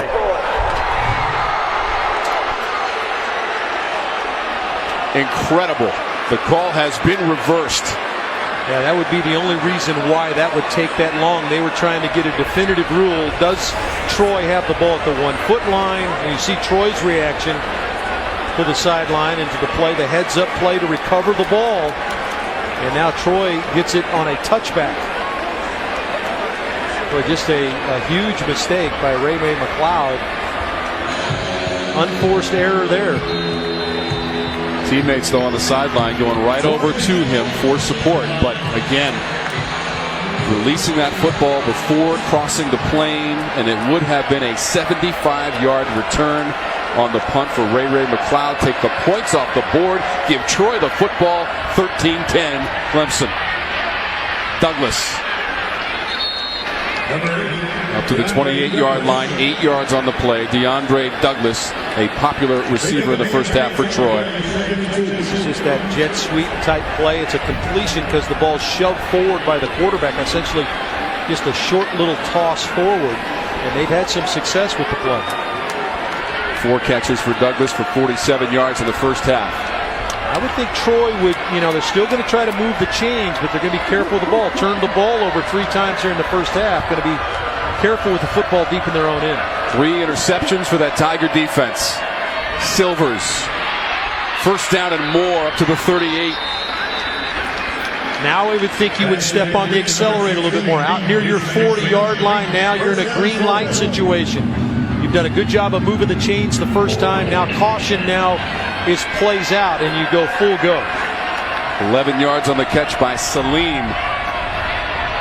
Silver's over the middle. He's got a man wide open into Clemson territory and down close to the 32-yard line.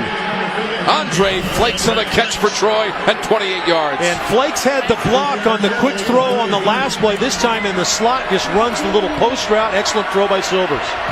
Trojans moving that football down the field, and Silvers again. This one is incomplete. Marcus Edmond was on coverage of Ishmael Salim. Yeah, good coverage there. Tried to run a little switch play out there. 2011 is the only other meeting between the teams. A 3-point lead at halftime for Troy.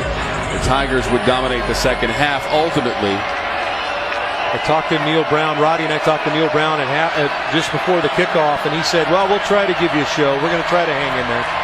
I'd say his team's done that. More than hanging in there with 29 seconds to go. 2nd and 10. That's Chun grinding to the 32. Keep an eye on that clock. 1 timeout remaining for Troy.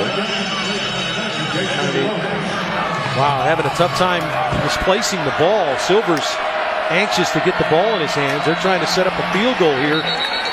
Wow, that didn't work out the way Coach Brown wanted it to. I think they would have liked to have gotten about another 7 or 8 yards. So now, long field goal here. So Troy has taken its last timeout with 8 seconds to go in the half, and a chance for Ryan Kay to tie this one up. Remember, Ryan Kay was not their kicker a year ago, just 1 for 2 a year ago. 1 for 1 a week ago. His long is 43 yards. This is going to be beyond that. His first field goal today in the first quarter was from 39 yards away. He had 2 attempts a year ago, 32 the long. He had 1 last week against Austin Peay, which was his career long, 43 yards. So this will be a potential career long for him. This could be from 48 yards away, Dave, and in fact, if he does make it, it will be a career long.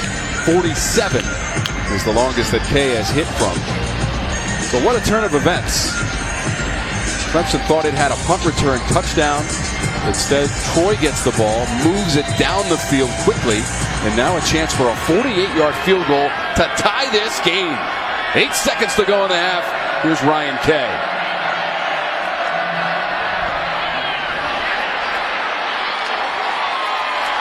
It is no good for Kay. A bad snap on it was into the knee of the holder, and just tough to handle and get down cleanly for Kay, and subsequently the kick sailed wide right.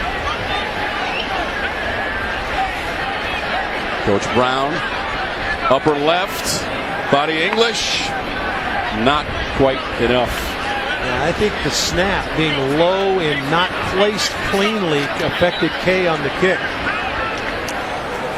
So just 2 seconds to go in the half.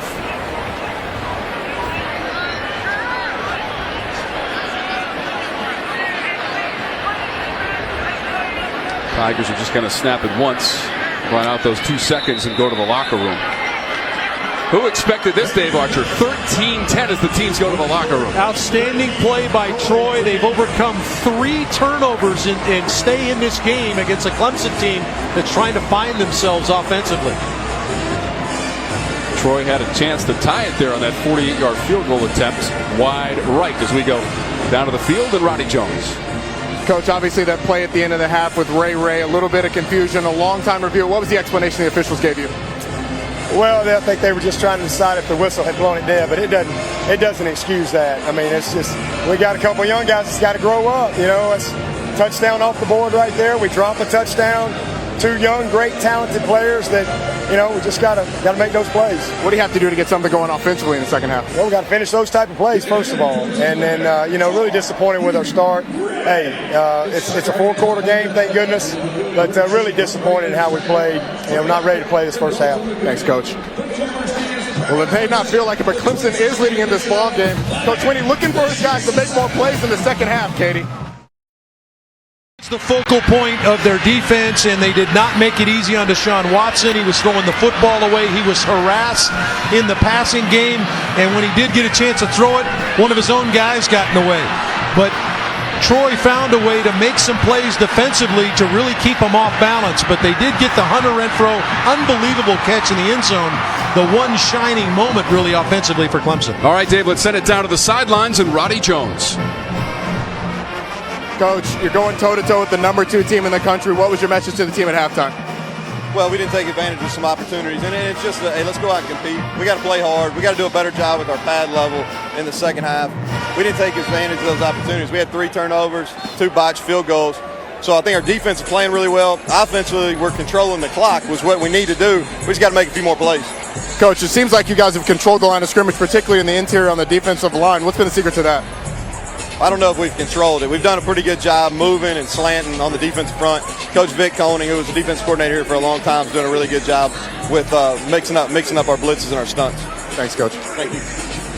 Well, 26 pass attempts in the first half for Deshaun Watson, 11 rushes. That is not really the recipe that Tony and Jeff want to call the games here for Clemson. They would like to get back to the run game. I think they will get back to the run game in the second half. All right, Dave, here's a look at our Toyota game summaries. Silvers and Watson side by side at the quarterback position for the most part for Troy in the first half. Well, look at the third down conversions. 3 for 16. Just not very good. And both teams have turned the football over. Clemson's points have come off of those turnovers. So neither offense has played very cleanly. Hunter Renfrow with the TD grab for Clemson. For summaries of other ACC games, go to the Toyota Game Center on the ACC.com. Well, Deshaun Watson, much is expected, and obviously he is the all-everything quarterback in the country, but he has to have some help, and they've got to find a way to get people blocked up front. You look at their first half possessions, not really anything there to hang your hat on. Got the one interception that turned into a touchdown throw to Hunter Renfrow, but other than that, not much going for Watson in the offense. The ACC football is brought to you in HD by your local Tire Pros dealer. Win a VIP trip for 2 to the ACC championship game and Continental Tires at the Tire Pros Sweepstakes.com. That ACC championship game December 3rd in Charlotte, North Carolina for the 7th straight year. These Tigers are the defending champs in that game. They beat North Carolina in that ACC championship. They will get the ball to start the second half.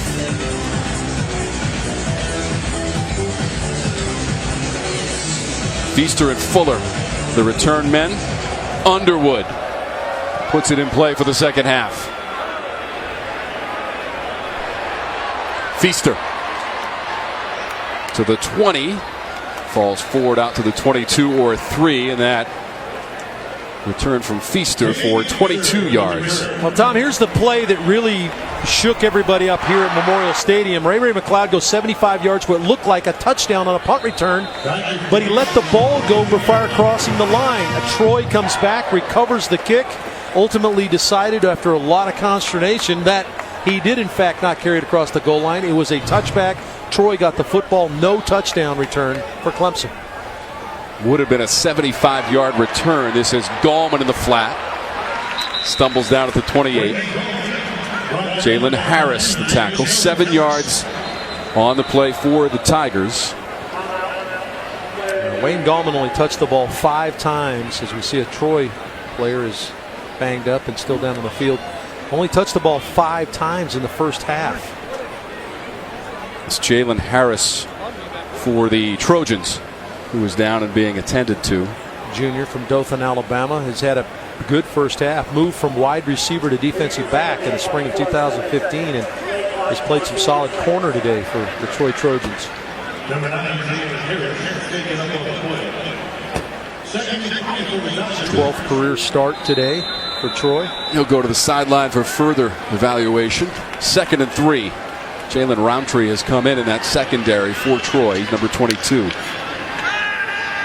Watson to throw. Deep pass.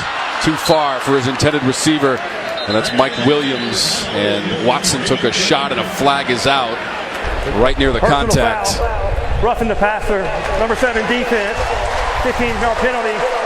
Automatic first down. Rashad Dillard's going to come off the edge, number 7, and he's going to hit Watson right in the back, and that's a clean call. Dillard was their sacker a year ago, 7 sacks a year ago, so he's a guy that's used to being around the quarterback, just got there a little bit too late. Clemson doesn't need any help if you're Troy, and that's certainly not what Coach Brown wants, is helping Clemson get moving offensively. Watson was 14 of 26 with an interception, 175 yards and a TD pass to Renfro. Scott ganged up on at the 45-yard line, just one.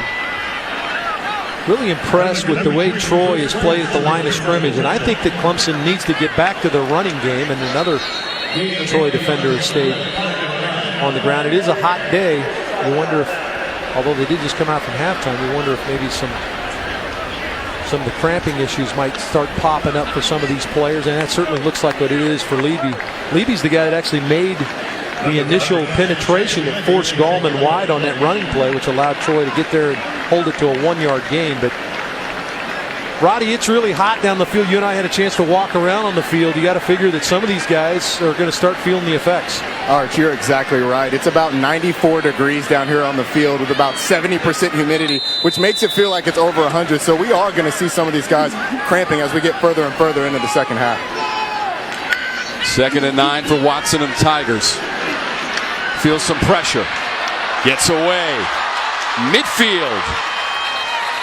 Takes a stutter step right at the 40, maybe out of bounds at the 41 as Statham forced him out, but 14 yards on the scramble and run. Watson. Well, if you're designing a defense, you want coverage in the back end and you want your pressure to get to the quarterback. Everything Vic Koenig designed right there worked out, except you got to tackle the quarterback. They didn't get him on the ground. On 1st down, that pass incomplete to Renfro. It appeared to be a very catchable ball, although unable to put the clamps on it for Renfro. Safety closing. Renfro got his eyes off the ball, took for granted that he was going to squeeze that one, wanted to try to find the safety before he looked the ball in. Renfro had 1 catch in the first half. That was the 35-yard TD right at the front area of the end zone as he kept the foot in bounds. And the pass from Watson, and this one is incomplete. Appeared to be a little bit behind Deion Kane. Well, in Watson, you see Watson rolling his hands there as he's looking out there. You got to speed up your process a little bit. He catches and throws. He felt like the sense of urgency to come out of the break by Kane wasn't there. You get to the top of the stem, at the top of the route, you got to come out of the route quickly, expecting the ball on you. And he didn't feel like Kane responded the way he wanted him to. 2 for 9 on 3rd down for the Tigers, trying to convert. Watson uncorks. Right near the 25-yard line, it is incomplete. Yeah, a little bit underthrown. This is what they call a sail route. You got a guy clearing, and then you've got, so you get just a bend to the outside. I'm sorry, just a corner route to the outside. He flattened the route off because the corner was outside technique there. He couldn't go to the deep angle, expecting the ball back to the sideline. The ball a little bit short in Watson's standards. Certainly a catch Artavis Scott has made many times in his career. Back deep for Troy. Darius Rooker. Teasdale has to punt. A sense of frustration level rising in the orange jersey that things aren't easier for him today. This is Rooker, wants a fair catch. Makes it successfully around the 9-yard line after the 32-yard punt. Let's take a look at what you, the fans, are saying on the Mellow Mushroom Tweetsa.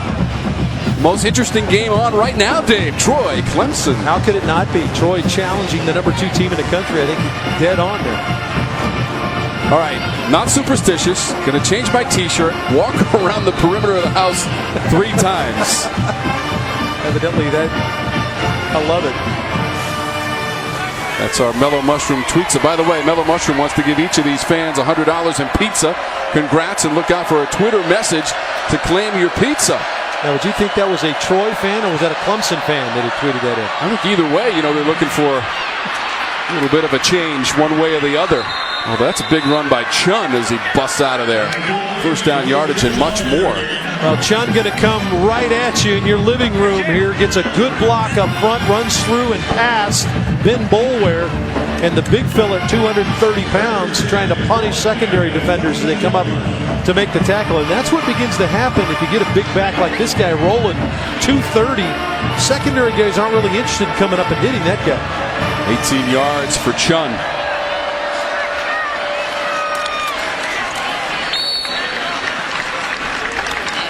Chun again, just one this time. As a freshman, Chun had 14 TD runs, so effective and back in the lineup and the possessions for Troy in the first half. Well, you heard Roddy talking to Coach Brown. He was disappointed. They had some opportunities. See the 3 turnovers. They had the on the downs scenario there. Missed the field goal. Bad snap on a field goal. So opportunities galore for this Trojan offense. 10 points off of those turnovers by the Tigers. 3 interceptions, O'Daniel, Williams, and Joseph on the Clemson defense. 2nd and long, sack. Carlos Watkins blows up the pocket and takes down Silvers. One of the more active one technique or nose tackles you'll ever see. He's 305, 310 pounds, and he just muscles from the center all the way back into the quarterback. Done a nice job up front. He's played high level. Remember, he's the one guy up there that's a senior. Everybody else, sophomores, freshmen. Pagano is a junior. He plays sparingly, or plays some, rotates in. Watkins is the senior member up there. 1 of 8 on 3rd down for Troy. They lost 8 on that previous play. The sack by Watkins as Chun goes beyond the 25, but well short. Safety first that time by Coach Edenfield, the offensive coordinator. Coach Edenfield, the offensive coordinator for Troy. They're safe and sorry. The draw play on 3rd and long. The defense playing at a high level. Why not? Okay, to punt, it is Ray McLeod back out of the field. And standing at his own 34-yard line. Last time he fielded a punt, he took it to the goal line, but not in. Dropped the ball right before going to the goal line on purpose, and it was overturned. McLeod, 34. McLeod to the 50. Hit from behind, but into Troy territory on the return by Ray McLeod of 39 yards. Clemson scored just one time. It was Hunter Renfro, an outstanding catch on the sideline. They've got great field position. It's the Tigers when we come back.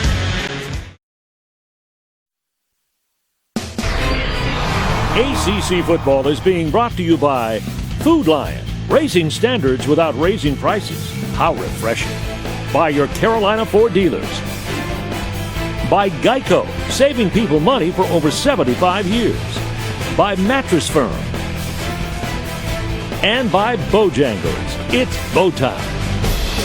Multi-million-dollar renovations to Little John Coliseum, home of the basketball programs for the Clemson Tigers. We had a chance to go over and see the construction and the completion. They're putting some new paint on there, some new seats. Rob Reichley, our executive producer, with us. Roddy and Dave were with us, and we watched the men's basketball team practice. A lot of fun. They had a nice little run there in January, knocking off some ranked teams here in basketball. Watson on the throw, and that is incomplete at the 45. Scott was the intended receiver. Dave, you're right. Brad Brownell's team. They defeated Louisville, Duke, and Miami in succession, all ranked teams, but those games were played at Bon Secours Wellness Arena in Greenville, which is where they played last year while the renovations were going on, and they're ready to go for this coming season. Well, a lot of stirring here at Memorial Stadium among the fans and the inability to execute some of the simple stuff here with this Clemson offense.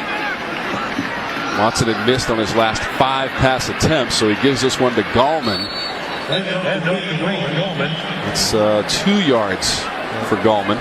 We talk about the keys for the game for Clemson. We talked about just clean up the game from a week ago, and that has not happened. 2 for 10 on 3rd down, the 2 turnovers, and we've seen repeated mistakes. McLeod drops the football on a punt return. We've seen some passes drop that Watson's thrown. Watson's been a little bit off on a couple throws.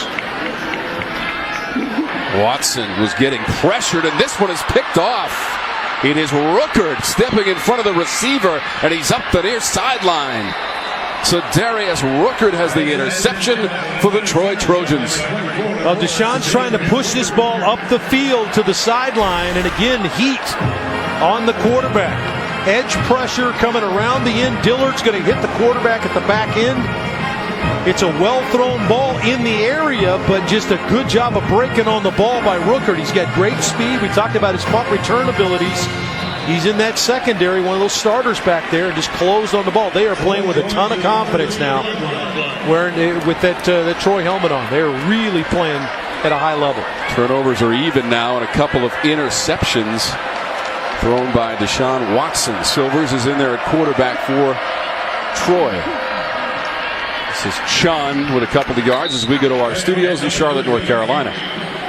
Party's update takes us out to East Carolina, and Stan, Ryan Finley getting the job done. I'm all over the Wolfpack today, but Ryan Finley, the transfer from Boise State, running that option like they did, followed Eli Drinkwitz, the offense coordinator. Same result that was in Boise. Touchdown.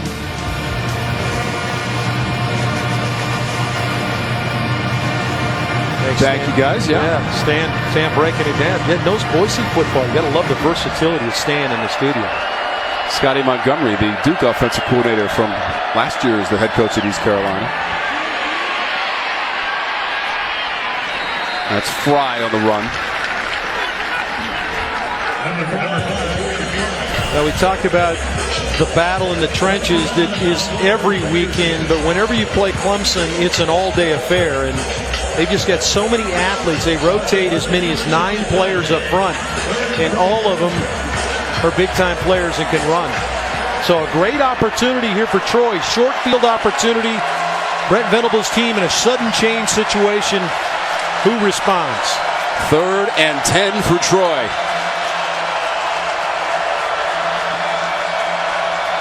From the Tiger 38. Silvers. Incomplete. Pass was low. Salim was the receiver he was looking for. Tankersley on the coverage. Boy, a really good late check. They've got a change from the line from the sideline for Troy, and then Brent Venables changed his defense. They looked like they were going to play zone, immediately jumped into a pressure off the left side, went bump and run man coverage on the outside. That's really hard to do, especially with a young defense, to make a change on the fly in the 11th hour, so to speak, or the final second of the clock, to get your guys to change and not make a mistake. Brent Venables animated on that sideline as the 5th-year defensive coordinator for the Tigers, forcing a punt by Kay. Ray McLeod again comes out. He's standing at his 10, but now a flag has been thrown. Looks like the play clock. Delay of game on the offense. 5 yards, 4th down. Whenever you're pushed into a sudden change situation, which Clemson was, their defense backed up inside their own 40 after a turnover. How do you respond? And Coach Brown's team there, Troy's head football coach Neil Brown, you got to be disappointed. Had a great opportunity, but for Clemson, that's a big-time win defensively. McLeod, the deep man, just beyond his own 10-yard line to receive this punt. The low snap, and Kay able to send it on its way. And into the end zone. 43 yards on the punt. Well, when you're pushed into a situation, your back's against the wall, how do you respond? Brent Venables' team responded the way expected. They shut down Troy. 13-10, ACC football presented by Mellow Mushroom, the number 2 team in the country. In a fight here at Memorial Stadium, the home opener with the Troy Trojans. Just the 2nd all-time meeting between the teams. Clemson beat them back in 2011 here at Memorial Stadium. Choice on the run as we go down to Rod. Tom, when we met with head coach Dabo Swinney yesterday, he talked about his message to the team is don't lose to Clemson. You have to be fanatical about the fundamentals, and that's why he's been so frustrated on the sideline. I've seen him walking up to the receivers, telling them, hey, I can't make plays for you. You got to do it yourself. It's those little things, the fundamentals, is what Clemson has not been able to execute on today. High expectations, stay consistent to your job, all the things they continue to preach every day here. They've struggled today with that. Once again, Watson has no receiver to find, but he is dragged down, and there are 2 penalty markers that come out. Well, he got a horse collar and a face mask, it looked like, on the play. That was a dangerous play for Deshaun Watson. Terrace Lewis dragged him down. Skinner referees Danny Short. Personal foul, horse collar, number 20 on the defense, 15-yard penalty, automatic first down. Lewis was number 3 on this team in tackles a year ago. Watson doesn't like what he sees, so he's going to try to create. There's the horse collar, and those are the ones that are trying to get out of the game because it's so exposes what's going on down the field. You see the defenders, here you go, covered. That's why Watson pulled the ball down. Boy, you got to give Troy a ton of credit the way they're playing defense. Watson 1st and 10. That's more Troy defense as Ray McLeod was met rudely in a lose 1. Tyquay Russell's number 10. Well, Dillard, number 7, is rushing the passer. He makes Watson wait just a little bit to get the ball out, and then the ability to rally to the football for Troy, impressive. 2nd and 11.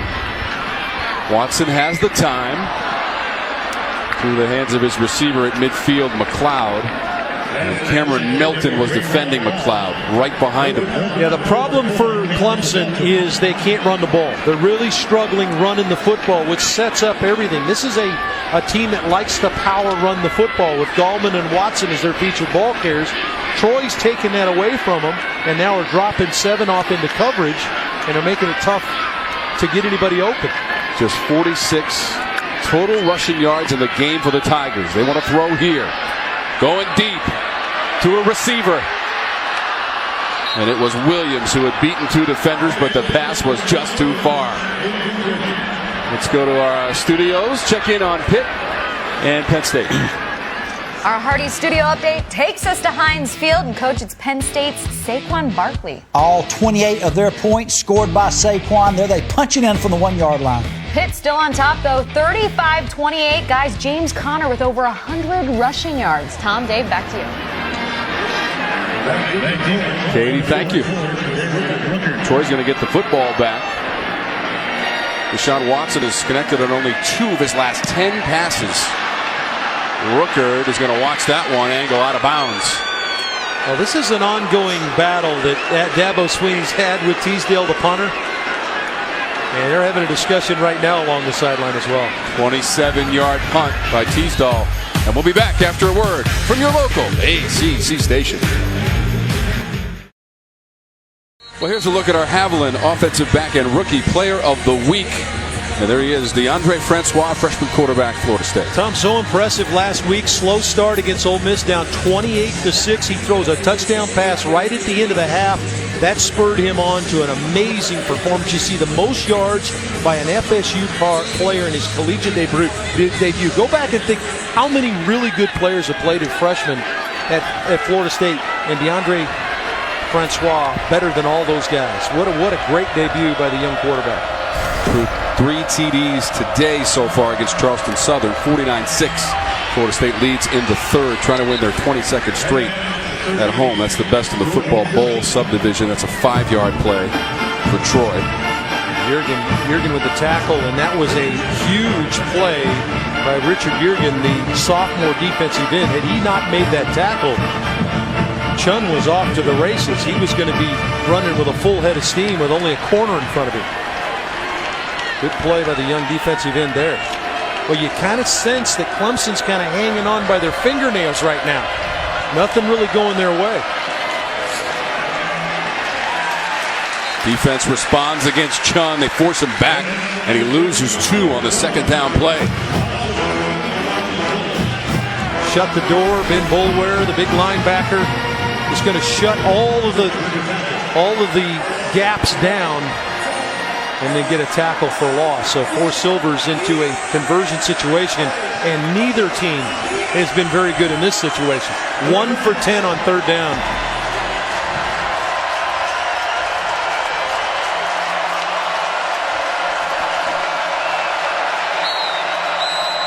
Whistle stopped the play.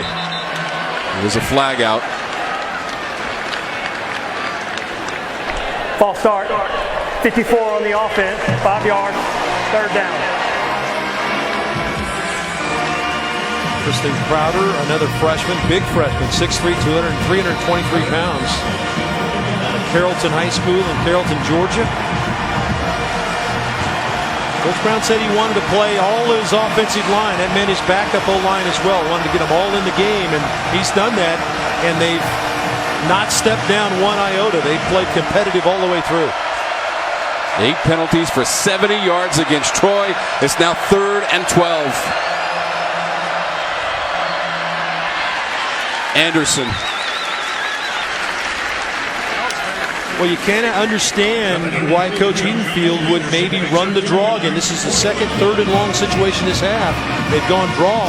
You can't understand why. Their defense is playing at a high level. Now you begin to, as you close down on the 4th quarter with just a little over 4 minutes left, you kind of start thinking about, hey, we can win this game if we don't do something to screw it up. Troy had a 4th and 1 play in the first half, and Fry went for 66 yards and a touchdown. They've been McLeod was close on the last return to breaking it out. This is one that Troy is really going to have to cover. McLeod at his 21. Again, flags come out. Stop the play. Looks like that play clock has elapsed. On the offense, 5 yards, 4th down. You know, Tom, they've used both punt scenarios. They've used the conventional punt where it comes back and he kicks it. They've also used the rugby style. The rugby style has worked for them. The one where they punt it straight away, McLeod's got room to return. I would consider using rugby style. You may not get as much yardage out of it, but McLeod didn't get a chance to return it. If you are just joining us, it is 13-10 Clemson. It should be 20-10. Ray McLeod, who is going to get away from this one. Where is he? We'll watch it bounce down the sideline and continue to roll inside the 15. Now there's a flag out. The ball's at the 11. The ball was touched by a Troy coverage man, batted back into the field. Now, the reason I said it should be 20-10, Ray McLeod returned a punt in the first half, 75 yards, but purposely dropped the football as he was crossing the goal line. So the return was nullified and the ball was awarded to Troy.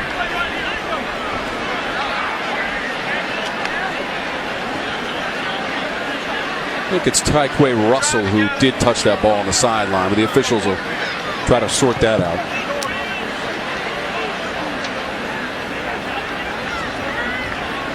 Looks like a penalty that's going to go against Clemson. Illegal batting. There he is. Okay. On the kicking team, 10-yard penalty, 1st down. On the kicking team, should go the other way. Should go against Troy. All right, Dave, get your tickets for the 2016 Dr. Pepper ACC Football Championship game. Available now is a 4-pack that includes 4 game tickets, 4 ACC football hats. For prime ticket and hospitality options, become a member of the ACC Football Queen City Club. A sellout last year for Clemson in North Carolina. Won by the Tigers in that title game in Charlotte on December 5th, 45-37. They went on to win the Orange Bowl against Oklahoma and come up just short against Alabama in the national championship game. I think that Coach Sweeney wants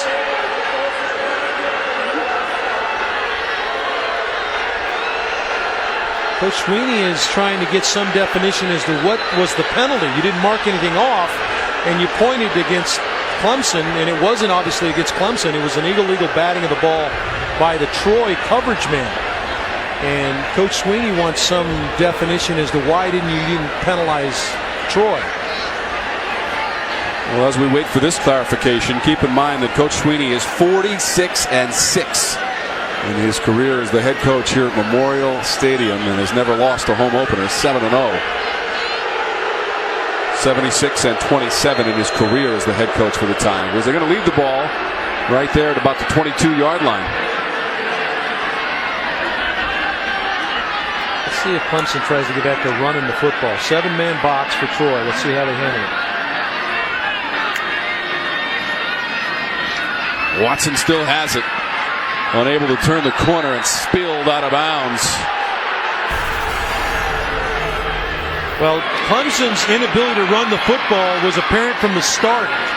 They have not been able to move Troy off the spot. Troy has rallied to the football in every opportunity and done an excellent job of limiting a Clemson offense that averaged about 240 yards a game a year ago, just 46 yards rushing on 17 carries. They've done an excellent job against the Clemson running attack.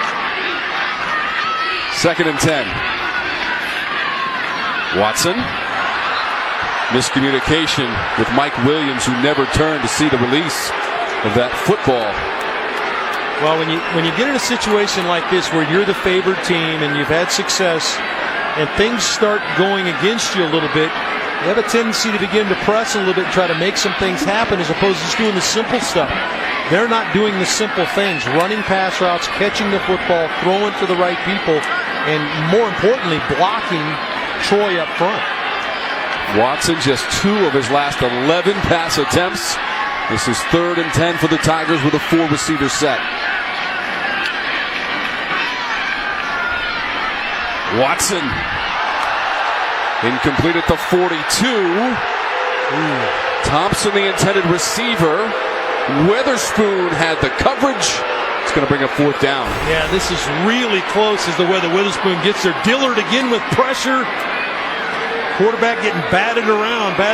Let's see how quickly does Witherspoon get there before the ball. Boy, it's a bang-bang play. I can see why they may not have called that. Pretty good play by Witherspoon in the back end to close as the ball arrived. Crowd wanted a penalty marker. There was none coming. Teased all the punt. Sedarius Ruckert at his 38-yard line to receive. Ruckert backpedals to the 29 and up to about the 35-yard line. 48-yard punt. It's a 5-yard return. Back to our Charlotte studios. We update Pitt and Penn State. Our Hardee's update takes us back to that heated in-state rivalry. James Conner trying to get up the right side. Ball pops out. He fumbles. Penn State takes the ball all the way down, sets up this 38-yard field goal. 35-31. Pitt still on top. But Penn State closing the gap. Tom, Dave? Katie, thank you. That rivalry goes back to 1893, and it's great to see number 24 back in uniform, Dave. Well, it is. 2014, as you mentioned, Player of the Year. Good to see him back. Knee injury, the cancer, but, he'd be the first guy to tell you he can't fumble a football in that situation. Silver's pass is complete in the flat. Clemson closes on Douglas. Maybe a hard-fought 1 yard for Douglas on the catch. You see why Coach Edenfield offensively for Troy on those 3rd and long situations hadn't forced the issue. They've run a couple of draws. Now they're looking to try to move the chains here a little bit against the stingy Clemson defense. Silvers works quickly, gets rid of it. Too far for his receiver. Again, Douglas, arm in arm with Van Smith, the sophomore from Charlotte, North Carolina, on the coverage for Clemson. Again, Silver's just not able to get comfortable in the pocket to be able to stand in there and throw. This is a very accurate passer for Troy. I think Jalen Williams was all over it. Our 1st and 10 line brought to you by the North Carolina Education Lottery, celebrating their 10th anniversary and over $4 billion raised for education. Here comes 3rd and 9. The officials have stepped in for just a moment.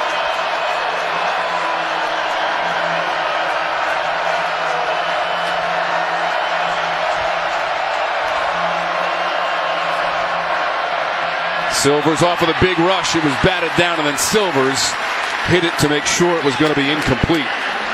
Looked like maybe Chris Register, number 45, was able to get his hands in the air and bat the ball away. Again, another one of those guys they rotate in on this defensive front. Clemson comes with pressure. They're trying to bring more than Troy can block. And if you can't get there, elevate and get your hands up high. Register 45 going to put the big paw in the air and bat it away. And another 3rd down situation that Troy was not able to convert. Let's take a look at Ben Boulware. Oh boy, he just got jacked up on the blitz. That's Chun or Anderson, one of the two, the running backs. Hit Boulware under the chin and maybe twisted his ankle or something, Tom? Dave, while they attend to Boulware, we'll go back to our Charlotte studios. There's more on Pittsburgh and Penn State. Our Hardee's update does take us back to Pittsburgh. James Conner once again, Stan. Katie, this is James Conner telling me and everybody else, I hear you on the Quadre Olison. This is the James Conner Show. A 12-yard touchdown reception. He's got 2 TDs, 1 rushing, 1 reception, 115 yards total on the day. 42-31, Pitt on top. James Conner had a receiving TD and a rushing TD last week in the win against Villanova also, as they still keep an eye on Boulware. Well, last time we went and talked to those guys in the studio. We're talking about Conner fumbling the ball. Now he's pounding one in the end zone. What's going on? 42-31. Pittsburgh has the lead. Those teams haven't played since 2000 when the Panthers won at Old Three Rivers Stadium, rather. Yeah, and this is the leader of the defense now. We talk about all the young players that are playing on the defensive front. Carlos Watkins, the one guy up there, but Boulware is kind of the glue that kind of keeps it all together. Has a little crazy side to him, which you got to have if you play linebacker. And you mean that in the best possible way, Dave.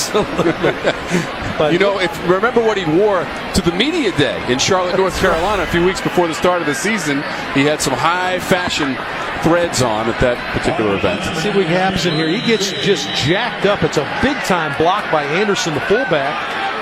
It looked like he just twisted the ankle as he fell to the ground. McLeod wants the fair catch, and he comes up and makes it at the 34. 31-yard punt from Kay. Now there is a flag along the sideline at Troy. Yep. Boy, what a nice job by Ray McLeod to come up and catch that ball. That is not easy to do right there. Dave, what's going on in that conversation right there? You got the young man McLeod and Dabo. Just encouraging him. He's talking about, hey, that's a good job. It's a great play right there. Get that idea of what you made, the mistake you made in the first half, get that out of his mind. Because he's going to have another opportunity in this game to return a kick that could be the difference. Now McLeod had returned a punt in the first half, 75 yards, but did drop the ball prior to going in the end zone on purpose, by the way. He was over on the bench, feeling very despondent about the situation. His teammates come over and provided a lot of support in the first half for Ray Ray. Continuous blocking by the player going out of bounds. Now number 2 on the receiving team. 15-yard penalty. First down.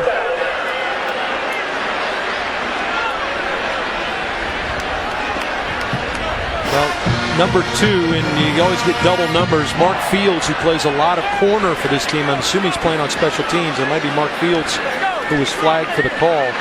Can't block. Once a player, the gunner, they call them gunners, once they run down, once they go out of bounds, you can't block them out of bounds, and it's their responsibility to get immediately back onto the field. Watson will roll the pocket. That pass complete. Ray McLeod up to the 35. 16 yards on the plate. He did a lot of the work. Move the quarterback. You're having a tough time blocking for him. Get him out of the pocket. Give him a throw to the sideline. Give one of his big timers a chance to make a play. First down for the Tigers. Watson, creative. Cut down at the 48. He jumps up. He wanted a little more out of that play. Did get 14 and another first down. Yeah, all of a sudden, this looks like Clemson offensively, and looks like Junior Nankande still down. He was the guy that made the tackle on Deshaun Watson. Troy player shaken up. Nankande is a transfer from North Carolina, played in Vic Koning's defense at North Carolina, playing for Vic again. Vic talked about him in the highest regards. Great leader. Been fun to have him back in the fold as far as Vic Koning's fold, as far as calling defense. He plays that defensive end position. It's been good today. Come in on the backside. See where, took the heel of the shoe right on the chin of Nakande there. Let's go down to Roddy. Arch, we saw Ben Boulware come off the field. It looked like the right ankle they were taking a look at. They've got a big medical tent over here on the Clemson sideline that he's gone into. But I'll keep an eye out to see what they decide to do with him. And an update on Junior Nankande coming soon as well. I'm assuming your press credential doesn't get you into that part of the building right there. So I guess you can't go in. You would be correct on that one, Arch. They ushered me away pretty quick. So Nankande comes out. McGee, number 11, is in. Right near midfield, it's Artavis Scott. Boy, there is no game, Dave. It's just a good play defensively. They show screen left. They flush the offensive line left, making Troy think that's the way the ball's going to go, and then they screen back the other way, and Troy's just sitting there at home and they've been really impressive defensively in staying at home and doing what they're supposed to do. 2nd and 10 for the Tigers, leading by 3. That pass complete. First down and more up the middle of the field, and Ray McLeod inside the 30 as Melton dragged him down 20 yards on the pickup for the Tigers. Slant to the wide side of the field, corner play, an outside technique, just doesn't close in time. Good after throw from Deshaun Watson. Watson working quickly. McLeod again on the edge inside the 25. Demetrius Kane with a tackle and 7 yards. And Ray McLeod will go to that sideline for a breather. Boy, they're playing at the tempo they want to play. This is Clemson's tempo here. Ray McLeod really has stepped up here in the second half for him. Watson, complete. Thompson inside the 10. Now Thompson slow to get up. What a huge hit by Chris Witherspoon. Chris Witherspoon came over and dropped the hammer on that seam route. Number 3, the safety flowing to the eyes of the quarterback, and he's going to get the ball out with the big hit in the middle of the field. Pass ruled incomplete, and they are still looking at Travion Thompson, who made the catch and then got popped. Remember, it was Witherspoon that made the play on 3rd down in the last series of downs, where he came in and made the big hit in the middle field that we saw was a bang-bang play, but it was ultimately determined that he was on time and got Clemson off the field. Thompson's a sophomore from Durham, North Carolina, as we go to the studio. Thanks, Tom. Our Hardee's update takes us out to East Carolina. Last play of the game, Stan. NC State has a chance. With everything they could do route combination-wise, why do you throw the ball in the middle of the field? You must question the decision-making of the quarterback or the man that wears the big headset getting the big check. Yeah, as you can see, time runs out. The final in East Carolina, 33-30. NC State can't pull it out, Tom. Katie, thank you. Wow, how about Scotty Montgomery's team, former offensive coordinator at Duke? Virginia Tech will be the opponent for East Carolina in a couple of weeks. Virginia Tech is playing Tennessee at Bristol Motor Speedway later today. Well, that's East Carolina, even though Scotty Montgomery now taking the controls there. Coach Ruff's team used to win pretty regularly coming into the ACC as well. So East Carolina, big-time program.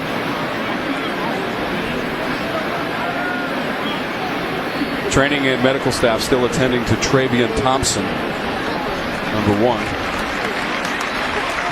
Appeared to have made the catch, and then that ball was jostled loose by the hit by Chris Witherspoon. Defensively for Troy, with now just 47 seconds to go in the 3rd. And that is Ben Boulware. A serious wrap on the right ankle and crutches as Thompson is able to walk off of the field under his own strength, although being accompanied by the medical and training staff.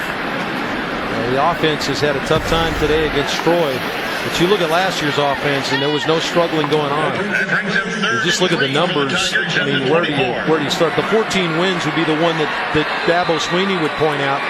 But they were prolific in every area. Run 60 plays so far today. You saw that the number of plays last year averaged 81.7, so well under that so far. Watson takes off. Has a block and down to the 15-yard line for Deshaun Watson. 9-yard play and a first down for the Tigers. The best run of the game, Deshaun Watson. This is the designed run for Deshaun Watson. And he did a lot of this a year ago. And I felt like that if they got back into this, it's going to be part of their power running game that's going to have to bring them back. This is Dye. Head down at the 10. Only 20 seconds to go in this quarter as Ruckert made the tackle. The Tigers now, Dave, up to a total of 299 yards of total offense in this game. That was a good run right there by Dye. Made the defender miss in the hole. So I think Clemson going to get one off here as we wind down. They will snap it. Give it to Dye up the middle, and that will be the last play of the third quarter. Just 2 yards on the play, and a third down play coming up for the Tigers. We are going to the fourth. Big surprise in Death Valley. Troy is hanging tough. 13-10. Clemson has the lead. Quarter stats are brought to you by the North Carolina Education Lottery, celebrating 10 years and more than $4 billion raised for education. Learn more at nc-educationlottery.org. Now take your hat off to the defense. 4 for 26 on third down. The two teams, 6 takeaways by the defense. Both defenses have stood tall today.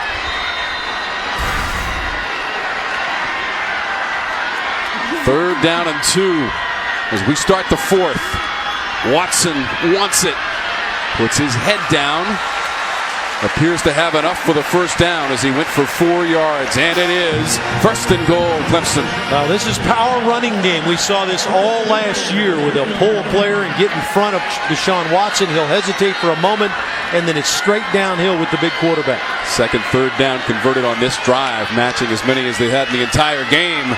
Toward the end zone, toward the goal line, and just short is Tyshawn Day.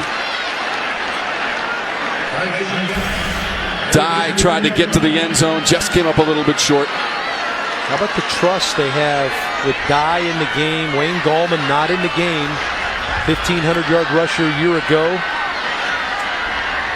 Dye 2 touchdowns a year ago rushing the football. He'll stay in. Watson. Dye. Short again. Nankande has the football. Play was blown dead at the half-yard line as Nankande came rushing out of there with a football. Nankande going to go ahead and finish the play. Go ahead and run in the end zone.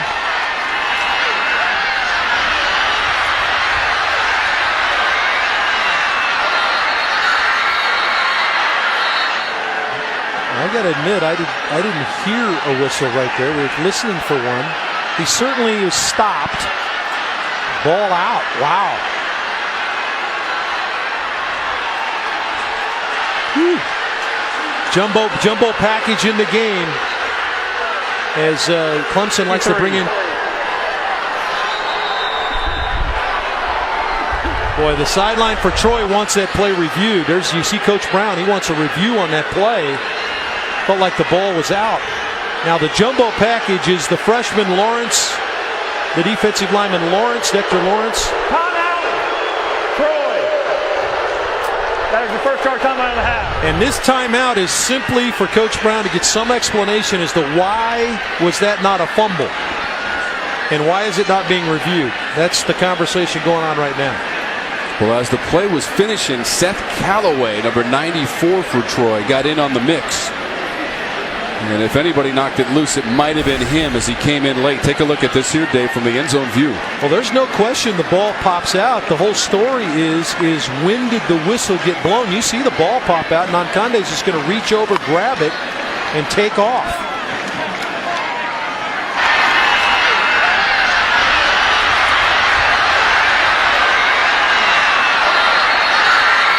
There's so much noise here in the crowd, you can't hear the whistle. The official to the near sideline. Yeah, the official to the near sideline was adamant about the fact that he had blown the whistle. So that was the explanation, and although Coach Brown has to accept it, I'm not sure he likes it. 2 defensive linemen right here, Watkins and Lawrence, to lead the play. Third and goal for the Tigers. Watkins to the end zone. It's a touchdown. Christian Wilkins makes the catch in the end zone.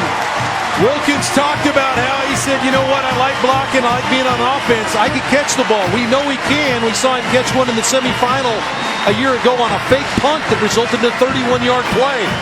Well, here's the little fake, thinking jumbo coming straight at you with a power run game. Watkins going to slip out into the flat. You know what? At 310, nice little sidestep to avoid the defender there to get into the flat.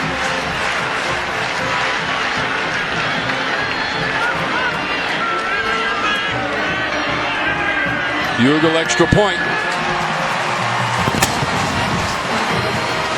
Well, Clemson finally is on the board here in the second half, and who knew you got to lean on a defensive guy. Christian Wilkins shoves it in the end zone, and the Tigers increase their lead. Mellow Mushroom, a higher order of pizza. All those trophies in the Clemson football offices, and that includes the national semifinal last year at the Orange Bowl, December 31st, and the win against number 4 Oklahoma, 37-17. Outscored Oklahoma 21-0 in the second half. This a little bit different story today, Dave, against the Troy Trojans. Yeah, I give Troy a ton of credit that they've been able to hang in here against the number 2 team in the country. Vaunted offense and a defensive struggle. There will not be a return off of that kickoff. Early in the fourth, go to the sidelines, check in with Roddy. Your spotlight was Wilkins, and he delivered, Roddy. He has delivered on both sides of the football now. He does everything you want a defensive lineman to do. Check out him here. He sheds the block and then gets in on the run play. When he's not able to get to the quarterback on a short drop, he gets his hands up in the air, tips the ball, creates an interception. He's made Brandon Silver's life very uncomfortable back there at quarterback. And then you see him on the offensive side of the football as well, scoring the touchdown. He's college football's J.J. Watt, Arch. Well, he's the first defensive lineman in Clemson history to catch a touchdown pass, Roddy. Now he works on defense against Silvers and Troy. This is Flakes on the run for Troy as we go to our Charlotte studio. Thanks, Tom. We head to Heinz Field for our Hardee's update, and Penn State making it back. Saquon Barkley accounting for all 5 of Penn State's touchdowns. And then it was a 2-point conversion. You don't think they're going to do it, but look, Coach, he scrambles around, he gets it in there. 42-39, Pitt's still on top of Penn State, making it close. Tom, Dave? What a game. Yeah, thanks for that update. We'll keep an eye on that one and on this one. That is deflected on the pass from Silvers. Wilkins. Yeah, it is Wilkins. 42 in orange and purple. Good coverage down the field this time for Clemson. Made Silvers pull the ball down. He wants to shoot it down the field. Clemson take William, go through his progression. Okay, I got to throw my check down. Let me get it out to my check down. Right now, Wilkins bats it down with the big right hand. Wilkins catching the second TD pass of the game for Deshaun Watson. He now has 52 in his career, second most behind Taj Boyd in Clemson football history. 3rd and 8 for Troy. Just 1 of 12 in this situation in the afternoon. Silver slings it out of bounds, looking for DeAndre Douglas. Excellent coverage again down the field for Clemson. Kayvon Wallace, one of the extra DBs that comes in their nickel package, that time dime package, had 6 defensive backs on the field.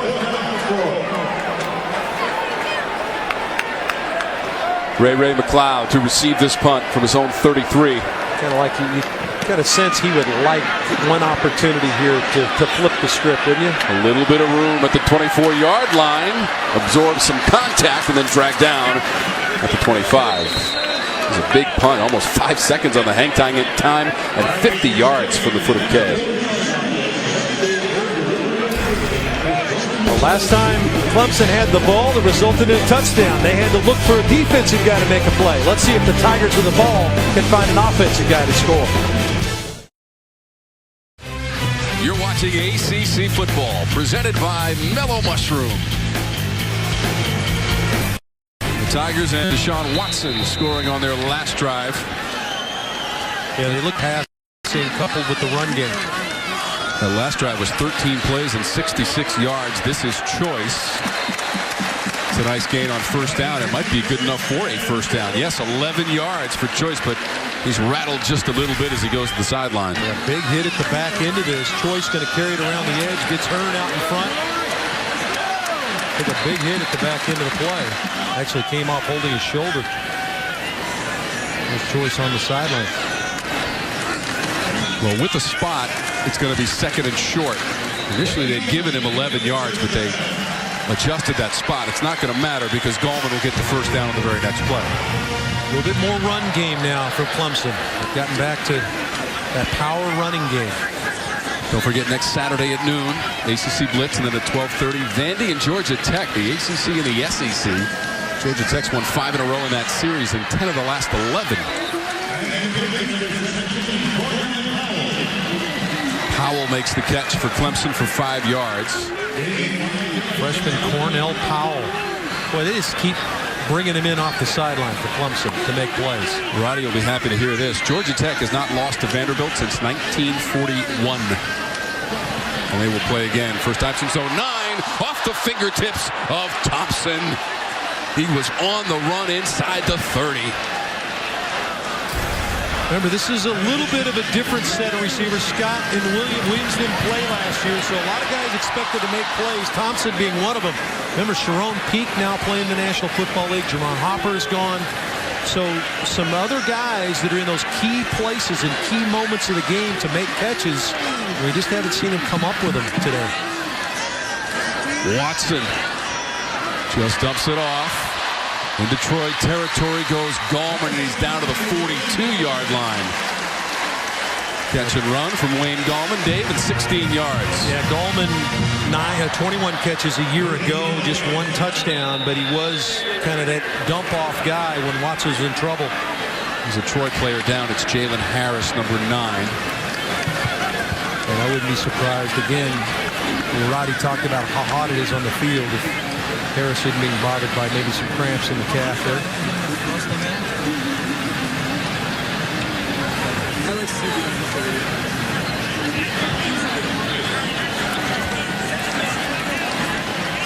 Harris to his feet. He'll jog toward that Troy sideline. Has been a defense not been moved off their spot on the defensive side of the ball. Tigers will use 5 receivers. For Deshaun Watson. Toward the middle of the field, the outstretched hand of Hunter Renfro can't get to the football.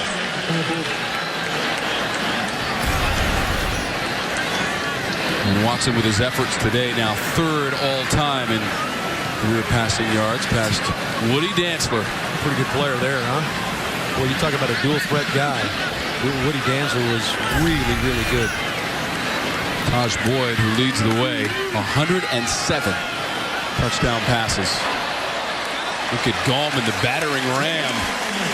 You know, it's interesting, Dave, we haven't heard a whole lot from Gallman, who went for 123 yards against Auburn, but he just picked up 7, so he's got 8 carries for 27 yards in our game today. Well, they've really done a good job of rotating the backs, and they wanted it, you know, Gallman carried the ball 283 times a year ago. I think they would like to try to make sure he's fresh when they get into conference play. Watson. He put that shoulder down, and he got the first down. Working against Dondrell Harris, the linebacker. He dropped the flipper on him. And another Troy defender down, grabbing the hamstring area. Look at the flipper come out. Wow. 215-pound quarterback. I sense that there was a little bit of frustration in Deshaun Watson's run right there. Dave, that player down is Terrace Lewis, senior from Linden, Alabama. I just think that this is the fact that they've been on the field as much as they have been, and just you see him kind of reaching back for that right hamstring. Hopefully it's just cramps for him and he's not suffered any kind of muscle injury or anything. This Troy team is going to give the Sun Belt Conference some nightmares on defense. They went 3-5 in Sun Belt play last year, but based on this performance, a promising near future. These schools just about 300 miles apart, meeting for the second time in the history of the programs. 2011, Clemson won it handily, although it was close at halftime. Same situation today, and now they're separated by 10 points. Watson over the middle. That ball came out. There's a flag on the field also. Incomplete pass as Rooker laid the hit on Jordan Leggett. And now we've got 2 penalty markers. Say what, these 2 safeties now hit you. Rooker and Weatherspoon are dropping the hammer on these throws over the middle. Ineligible man downfield. Number 74 in the offense. That penalty's declined. 2nd down. John Simpson, the freshman left guard downfield. Fake the toss. Here comes the pressure on Watson. And then on the back end, watch Rooker knock this ball out. This is going to be a completion, but because of the hit of the safety, ball out. And that's a guy that was a Mackey Award finalist a year ago in Jordan Leggett, and who many feel like might be potentially the best tight end in the nation. Leggett had 8 TD catches last year to tie a school record at that position. With a delay now, and Gallman. That ball came out. He got twisted around. The ball came out, and he covered it. And it's good enough for a first down. We'll give him 11 on that rush by Gallman. Gallman's one of those guys that just kind of gets the job done. Not great speed. He's not gigantic, but he just does everything well. He's got good body motion. He can dead leg you, meaning just kind of gives you leg and pulls it away from you. He did it on that play. Fun guy to watch play. The previous play is under review. While they're reviewing it, Gallman recovered it. Going to run the draw play to Gallman. Watch this little kind of gives you the leg right there, and he's going to step out of it. Yeah, they're checking to see if the knee touched the ground. That's what they're looking at. I apologize. See if that knee touched the ground. Roddy, this is a guy I know you like a lot, Wayne Gallman. A lot, Arch. I like him because he's got good speed, and you mentioned it. Some of the things that he can do, he can dead leg, he can run with power, he runs with good vision. When we talked to offensive coordinator Tony Elliott yesterday, he said that he had a decision to make, whether he was going to come back for this year or stay for another, or go to the NFL, And the difference is that now, his decision to come back, he prepares like a pro every day. He wanted to catch the ball a lot better this year.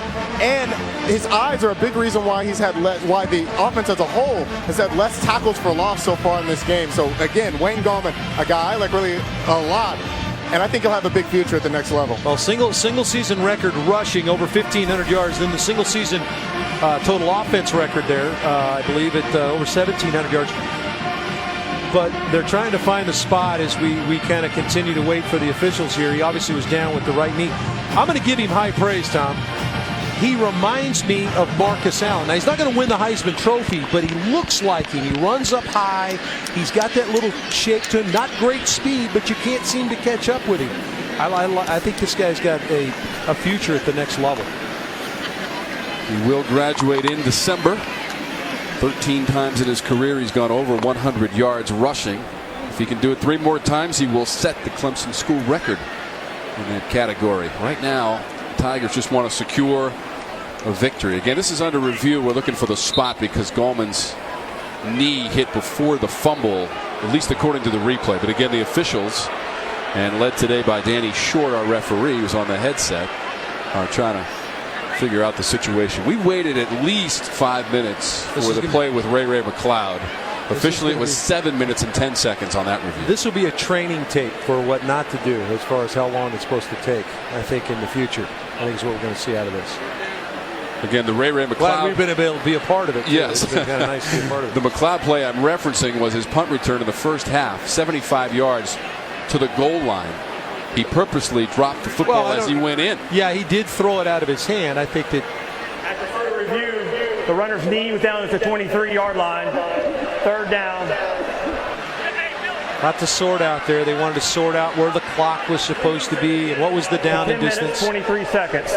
Yeah, to get the clock fixed. A lot going on. So good job of getting it fixed.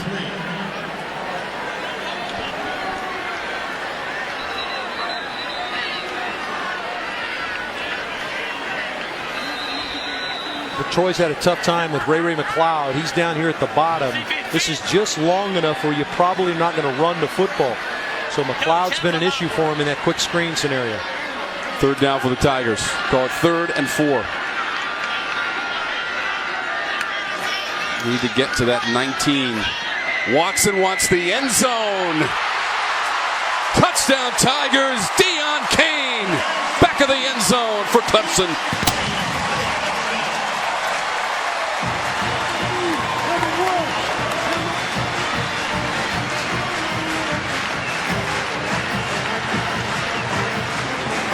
That's a big time catch by Kane. Remember, Dabo referred to the fact that he may have dropped one earlier in the game. I thought it was underthrown by Deshaun Watson. I thought this was the best throw Deshaun's made today. This is a throw where only his guy could get it. Excellent coverage really by Roundtree. He's in good position, but it's just a better throw. And then a really good job of completing the play by Kane at the back end with a catch. The Eagles' extra point makes it 27-10. Hey, Clemson, where you been? Finally, it's Watson to Kane, and the Tigers are in control. Also streaming live on the ACC.com and on the official ACC mobile app. ACC Network now available in 88 million TV households. Wow. That makes sure your hair looks good. Watching the #2 team in the country. They are now pulling away from Troy. This is Fry. Short of the 15. Our Duluth Trading Company, hardest working player. It's going to be Van Smith on that defense. The Tigers with those 10 tackles for Clemson. Well, they talked about how many guys that had to be replaced in the secondary. Tankersley, the only returning starter, and Van Smith is a guy that stepped in there and done an outstanding job. You saw the number of tackles. He had 6 a week ago against Auburn. So he's sliding right in and playing that safety spot. Not the biggest guy in the world, but he's a guy that loves to come hit you. Sophomore from Charlotte, North Carolina.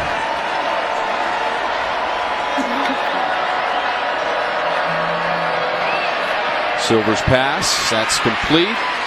Out beyond the 20-yard line. Let's go to Charlotte and get that final update on Pitt and Penn State. Well, it's a final for our Hardy's update in Pittsburgh. Ryan Lewis, watch this. Right spot, right time, comes up with a huge interception. Final score 42-39. Coach, what's the impact of this win? Bragging rights in the state of Pennsylvania. Go to the Pitt Panthers. Where does it impact you? In recruiting. Pitt at Oklahoma State next week, guys. Tom, that's not the first time that Pat Narduzzi had seen Penn State as a defensive coordinator. Was 3-2 as a defensive coordinator at Michigan State. So he knew that Penn State was going to be a tough out. Congratulations to him and the Pitt Panthers on a big win. So now 2nd and 3 after the penalty. That's Anderson turning his way upfield, and he's got enough for a first down. He's out beyond the 25-yard line.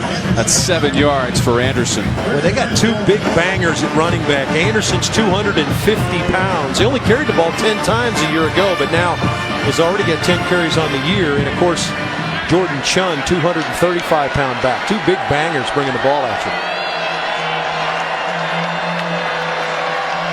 Just the 1 touchdown today for Troy by Jabir Fry on a 4th down play. And we talked about Van Smith, our hardest working man. He just came over and hit one of those big backs and sent him head over tea kettle. That was Anderson who went airborne after the contact. Yeah, Van Smith with the hit. 2nd and 3 for Troy.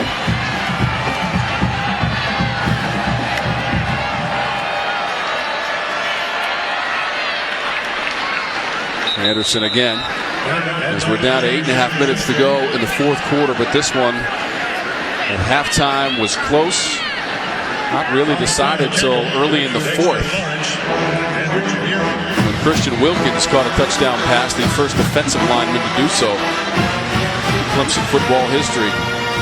And there's been a lot of history here in Clemson, South Carolina. They first started playing football in 1896. Today they seek their 704th victory ever for this program. It appears that they are on their way up 27-10 after beating Auburn a week ago.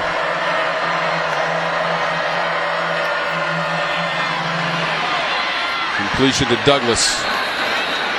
Douglas into Clemson territory in the 1st down with 13 yards on that play. Well, I think some will evaluate this game, and Troy deserves a ton of credit for hanging in, but most will evaluate it as Clemson's not as good as they're ranked, and I don't think that's the case at all. I think that they're trying to work new players in that are playing big moments and big roles on this team, and once they settle in, they'll be fine.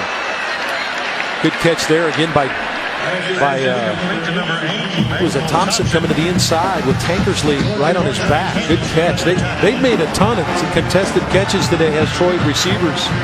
We talk so much about their defense that they've made some nice plays on the perimeter with their outside guys. There's a whistle prior to this play, Dave. Well, we sort that out. Can tell you that the Tigers have won 41 in a row at home against an unranked opponent. The false start, 5 yards, second down. Emmanuel Thompson is 6'1", 210 pounds, and Tankersley is going to go for the ride. I wonder if he had a ticket for that ride. Giddy up. He met the height limit, evidently, to get on that ride, and he was able to get the big fella on the ground. Silvers just heaves that one as the pressure was coming. Had to get rid of the football. Velez was the intended receiver. He came with a blitz that time and really timed it up perfectly, and Silvers just had to get it out quickly. But for Coach Brown, yeah, you didn't win the game, but I think this was a victory for his team. He wasn't sure how they were going to hang in. They really crushed Austin Peay last week, overmatched them. But they've come in here and played at a really high level. There's got to be a lot of excitement as they get ready to go into their Sun Belt part of their conference, or their conference play, that this is a team that maybe can contend. Silvers wants to go deep. Flag comes out. In fact, there are two of them. As the play went along that far sideline, Salim was the target. Mark Fields was defending for the Tigers, and again, two penalty markers. Pass interference. Defense number 2. 15-yard penalty. Automatic. First down. Yeah, Fields really doesn't look back for the ball. It's kind of got that arm bar kind of pushing him. Can't do that. Can't wall it. Can't allow the receiver. He's got to be able to come back to the ball. As long as you're looking back and you've got that hand out and you're touching the receiver, that's fine. But as soon as you impede his way to get back to the football, flag's going to come out. 1st and 10, just over 7 minutes to go from Memorial Stadium. Silvers goes underneath. It's going to be Anderson. Down to the 22 as we go to the sidelines, and Roddy Jones. Tom, you and Archer talked about the performance of Troy today. Their rallying cry this year is rebuilding the wall. This is a program that won the Sun Belt Championship each year from 2006 to 2010, and head coach Neil Brown is looking to return them to their former glory.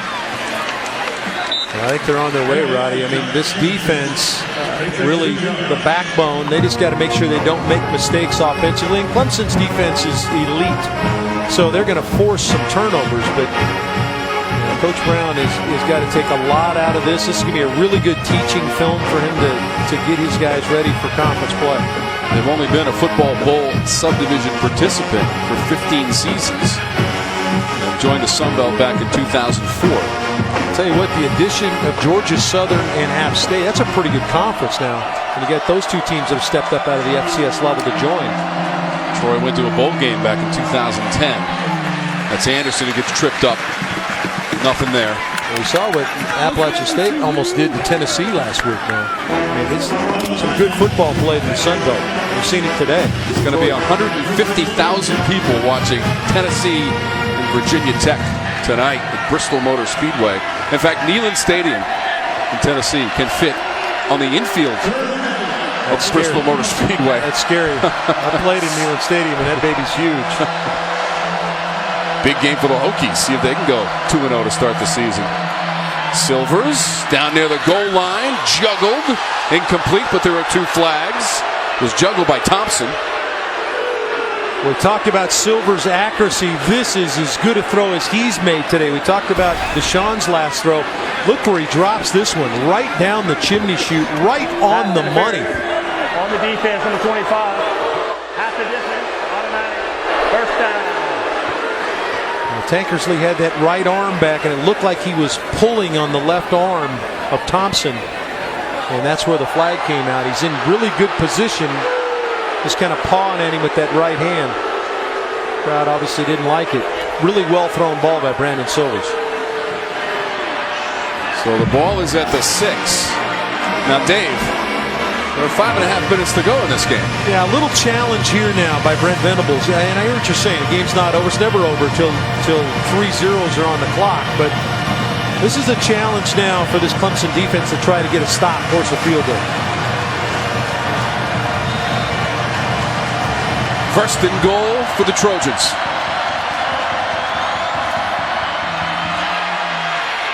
Fry. Flags.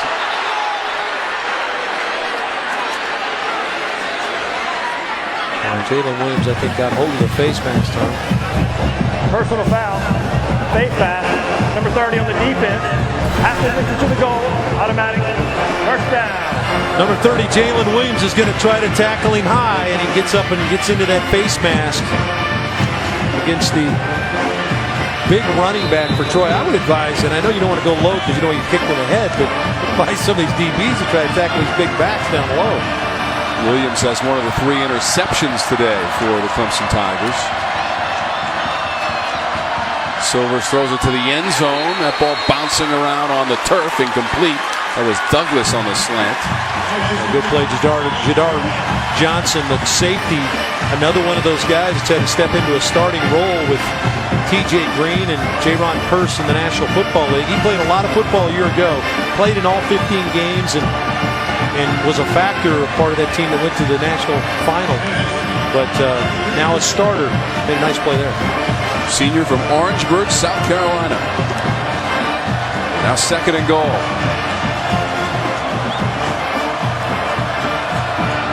I think the big back's going to get a carrying one at some point. Silvers again to the end zone.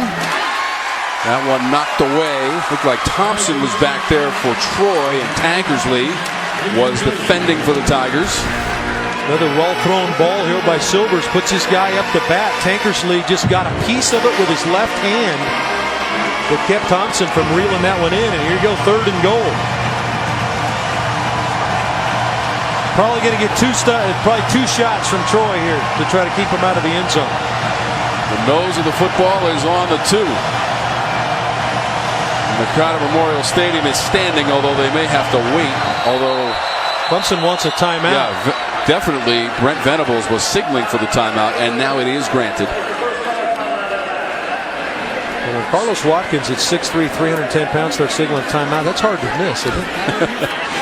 Here's our performance of the game. It's brought to you by your local Chevy dealers, and it involves number 42, Christian Wilkins, touchdown. He has a touchdown. It came in the 4th quarter early, and it provided some separation for the Tigers against Troy today. It was a lot of fun to talk to him, wasn't it, Tom? We got a chance to visit with a sophomore a year ago, and he knew there's a lot of expectation coming in. This is a highly recruited defensive lineman out of Massachusetts, and he came in knowing the expectations are where they are, and he slid from inside play, defensive tackle a year ago, to outside. Dodd, Lawson gone to the National Football League, so it's now his opportunity to play on the edge, and he played at a high level today. Almost 80,000 fans turning out for the Tigers' home opener. And if this score stands, the Tigers can bring it home for victory on this Saturday. It would be 17 wins in a row at home. Second longest streak in the football bowl subdivision behind Florida State. They're a couple of weeks away. They're going to get Georgia Tech on one of those. They play Georgia Tech on a Thursday night. They've got one of those weekends where those are tough too. You got to go to Atlanta and play Georgia Tech on a Thursday night here in a couple weeks. Florida State did win today, Dave. They beat Charleston Southern at home 52-8. Their next game is at Louisville. Charleston Southern had a bit of a personnel problem in that game, from what I understand. And it was reflected in the score. Again, a dominating performance. Some of their kids were suspended for violating a couple rules. Third and goal from the 2.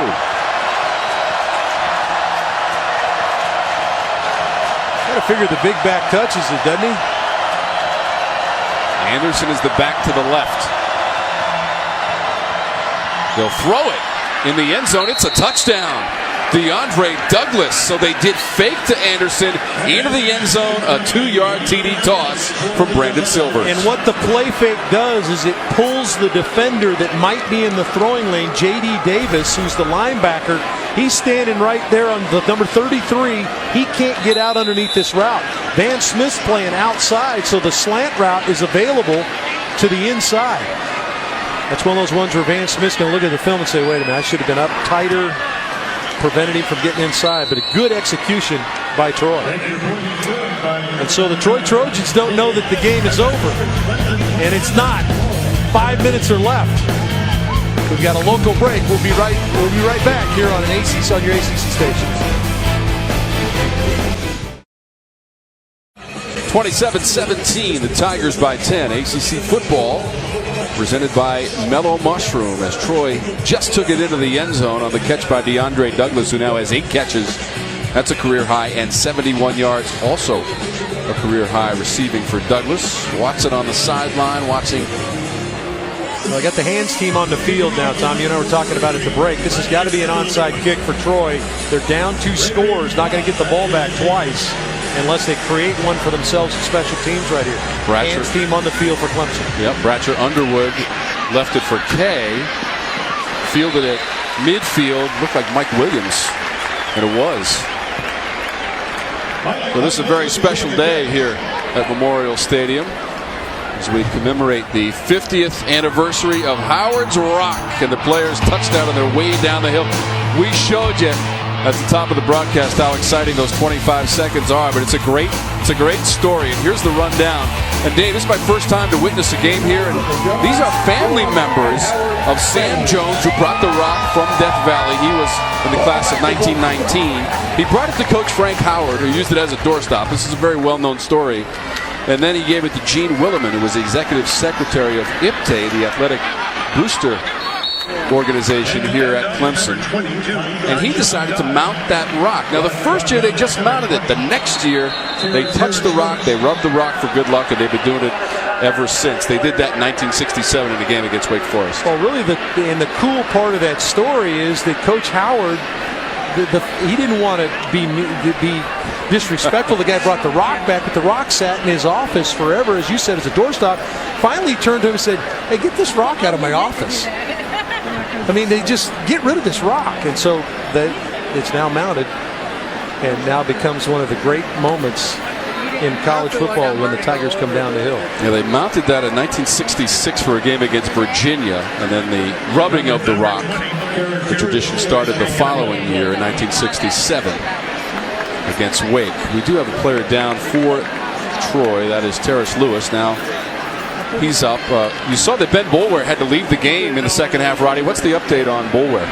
Well, you guys saw the shot of him with crutches on the sideline. He's done for the game, obviously. It's a right ankle injury, but he is moving around on it, putting a little bit of weight on it. Crutches for precautionary measures, so we'll see going forward how serious it is. Well, Roddy, every team, as you know, you and I both played, every team has a highlight film at the end of the year.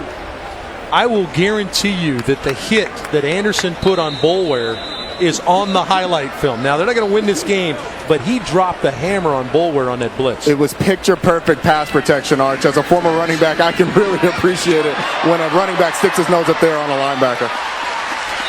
That is Artavis Scott on the catch. Just to update you, Ben Boulware was taken to the locker room for further evaluation, so he is not on the Clemson sideline right now. It hasn't been for the last few minutes. Well, let's hope that he can get back. South Carolina State comes in here next week. You'd imagine if he's banged up at all, he probably won't play. Get him ready for that Thursday night game I was talking about in Atlanta against Georgia Tech. Tigers beat South Carolina State back in 2014, 73-7. They're the opponent. Next week it is Scott again, staying in bounds and continues to drive forward inside the 25-yard line. 9 Troy Trojans were around Artavis Scott on this play. Scott's going to catch. It's just a quick screen to the outside. Now look how many maroon helmets are around Scott.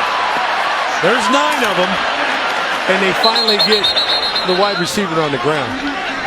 Good gang tackling, but a heck of an effort by Artavis Scott. 12 yards on that play. 1st and 10 Tigers. Died. It's down to the 16-yard line. Well, next Saturday, it's a great matchup. ACC football presented by Mellow Mushroom. The SEC meets the ACC. Vanderbilt and Georgia Tech, Bobby Dodd Stadium. We started off at noon with the ACC Blitz. And then at 12:30, will kick it off between Vandy and Georgia Tech. Watson scrambles to the right. Ray McLeod lost where he was on the field, drifted out of bounds. That pass will be incomplete. Well, I'm excited, obviously, to see Georgia Tech potentially get back to who they were in 2014. A lot of injuries a year ago to their specialty people. Offensive line didn't play as well. Subsequently, Justin Thomas didn't play the way we saw him play when he had that record-setting year in 2014.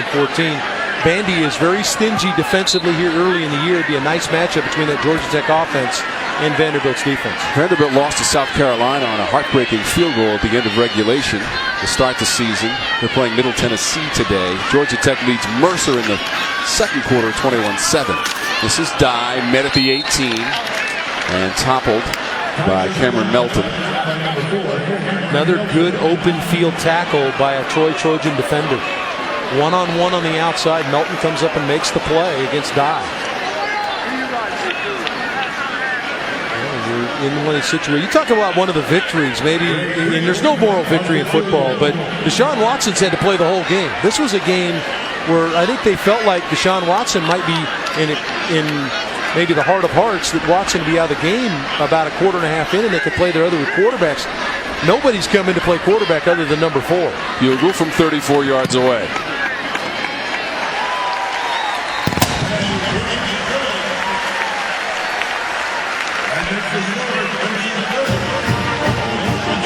(30-17), the number 2 team in the country late in the fourth. I think from an execution standpoint, it looked like Clemson kind of got their stride a little bit. They started to run the football, thought they needed to get back to that. This did not, they only had 25 yards rushing at halftime. Were able to get back to that. That subsequently opened up some of their perimeter passing. And of course, Christian Wilkins got into the act. The defensive player catches the touchdown pass. But the power running game is something Clemson needed to get back to. And I thought it got Watson into a rhythm. Made a big-time throw right there to Kane for the touchdown. But Troy has made Clemson play as hard as they could possibly play today to try to win this game. That was 23 yards on that pass from Watson to Deion Kane, who only had 1 catch in the Auburn game for just a single yard, but a big one there. And I didn't think Watson was overly sharp today. I mean, there's a lot of focus on Deshaun, obviously a lot of pressure, all the things that go on. What a great young man. 5 hours from graduating in the fall of his junior season. All the work he does off the field. 19 credit hours in his spring. 20 credit hours this summer is what this kid did from a school standpoint, and all the commitments that he has to make as a face of the Clemson program. Incredible. Troy forced to fall on that short kick. Watson in the game, 292 yards passing and 3 touchdown passes. Anderson fell on that one for Troy.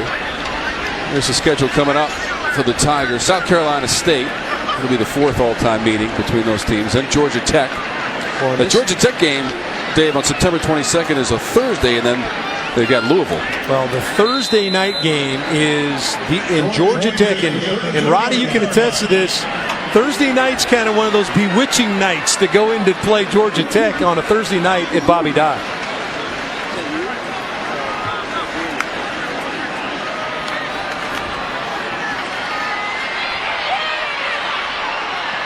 Josh Anderson on the run. Just to follow up, Dave, on that Georgia Tech game, September 22nd, the last regular season loss for Clemson at Georgia Tech came back in 2014. They have not won at Georgia Tech since 2003.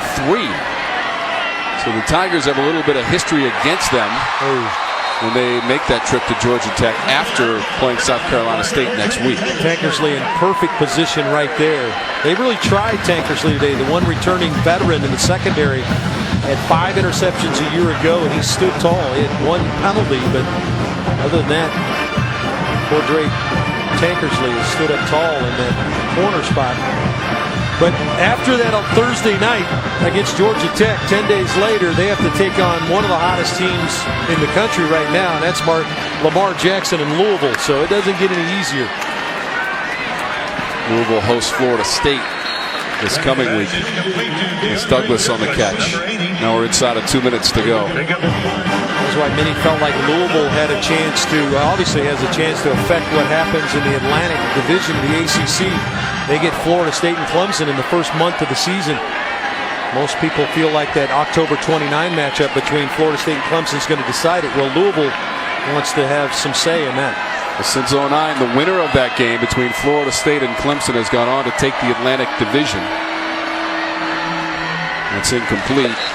Just looking ahead, Dave, Clemson since 1989 has one win at Florida State, and that came in 2006. They have to go there on October 29th. Well, this is the 20th game for Deshaun Watson where he has been the guy that's kind of started and finished the game. Okay, he's played 23 or 24 games, but this is the 20th one where he's been the guy. He's only been held under 2 touchdowns, accounting for 2 touchdowns twice, both by Florida State. Watson will improve to 20-2 as a starter in a Clemson Tiger uniform with this win against Troy. Keep in mind, it was just a 3-point game at halftime. 13-10 was the lead for the Tigers. That is complete to Douglas. He's inside the 35. Douglas has had a nice day for this Troy team. He's caught 10 passes now. Thought that seemed like we've called number 80's number a ton. He's made some contested catches. He's twisted and made some grabs that have been kind of out of range, but that catch radius is impressive. Silver steps up. That pocket collapses. A low pass is caught at the 20-yard line by Thompson. There is a flag on the play, and Silvers is down at the 35. Yeah, I didn't like the hit. The hit came in from number 12, Kayvon Wallace, the freshman defensive back, and he dove into Silvers' leg area. Kind of that knee area, that old, in the NFL they get that Brady rule where you're not supposed to dive into that lower area, and it's supposed to be part of the mix in college ball as well. Personal foul, roughing the passer, block below the knees, after this to the goal, automatic first down. Now Wallace is going to dive right into the lower area, lower leg area. They caught him kind of up on the thigh though, but it did expose that left knee to some potential serious injury. Right knee, actually. So probably a good call. As a former QB, I like that call. I don't like people diving into your legs and stuff.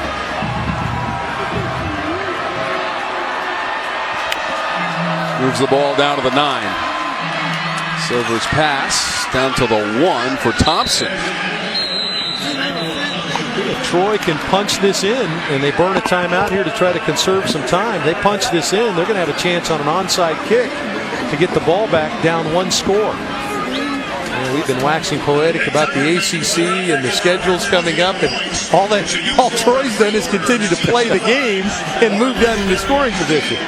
Apologize to those Troy fans talking about ACC football when the Trojans are still balling.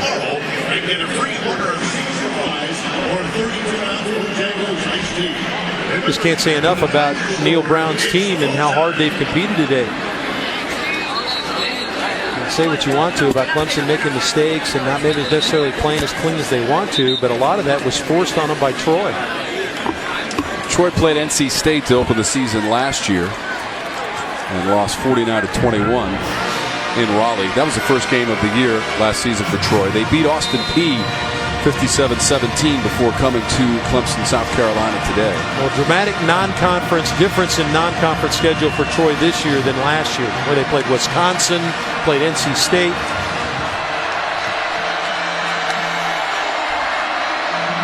Second and goal. Again, they use that play, angling the receiver into the end zone. Douglas on the catch. And there's a flag came out too. Surely he didn't taunt. Be a huge mistake if he taunted, because that backs up the kickoff if you're Troy. I think that maybe there's some taunting that went on. Ruling on the field is a touchdown. After the play, unsportsmanlike conduct. Number 80 on the offense, that'll be enforced on the kickoff. Yeah, this is a mistake by Douglas. That's his 11th catch of the day. And it's a good catch. Van Smith's right on his back. Excellent catch, and just no reason to do this, because that's going to back your kickoff up way back, and you need an onside kick to try to get the chance to win this game. Second TD catch for Douglas. And the second TD throw for Silvers. Extra point from Kay. You know, Clemson may win this game, Dave, but a lot of people are going to look at this score and look at last week's score and say, what's our evaluation of Clemson through the first 2 weeks? Well, and I think some of that's fair. They have not played as clean as we saw the Clemson team play a year ago, but I also think it's disrespectful to Troy. One, because they've played a really good ball game. Came in here, were not intimidated by the surroundings of playing in Death Valley or anything. They came in and played hard. I think it's also disrespectful to Auburn's defense. They're pretty good, and that's a tough place to win anyway. But there is something that when you look at Clemson a little bit, that there's some other guys that were in backup roles a year ago that are big-time players are being asked to step up and make some of those plays. We had some drop passes and maybe some blown assignments on the defensive side of the ball. The blocking was a little bit suspect from time to time. Again, don't want to take anything away from Troy, but Clemson's going to do a little soul-searching this next week as to where they're at. You know, Troy just went 8 plays and 68 yards, Dave, and Douglas with his second TD catch of the game and of this half, and it is just a 6-point game. Well, I can assure you that I did not expect Deshaun Watson to throw 53 passes in this game. But here we go. Yeah, the onside kick must go 10 yards. Again, they use that misdirection. It is fielded inside the 35, and Kane came up with it. A good play by Kane on this one. It was Mike Williams on the last one, so good execution by Clemson with the hands team on the field. There's a lot of talk about the onside kick against North Carolina in the ACC championship game. I'm sure that was a point of interest, or a point of concern, and certainly something they practiced heavily in the offseason and in camp. So the Tigers just need to take 43 seconds off of the clock, and they will start the season 2-0.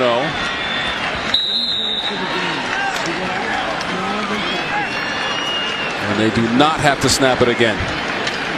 It was fun before the game watching Coach Brown talk with Dabo Swinney. Dabo Swinney's 47 years old, and you still think of him as a young man, and he is. 47's not old by any stretch of the imagination. But when you got a 36-year-old coach on the other side, it was kind of that old guy talking to the younger guy, but still two young guys talking, and a lot of energy between both these guys. Both the programs are in great shape with these two guys coaching. What a football game. A lot closer than I think most people throughout the country thought this one would be. A 3-point lead for Dabo Swinney and the Tigers at halftime, and at the end, they win it 30-24 here at Memorial Stadium. For highlights and must-see moments from this game and others, check out theACC.com. Join us for the ACC Blitz powered by Ram Trucks next Saturday at noon, followed by the Mellow Mushroom Game of the Week, Vanderbilt, Georgia Tech.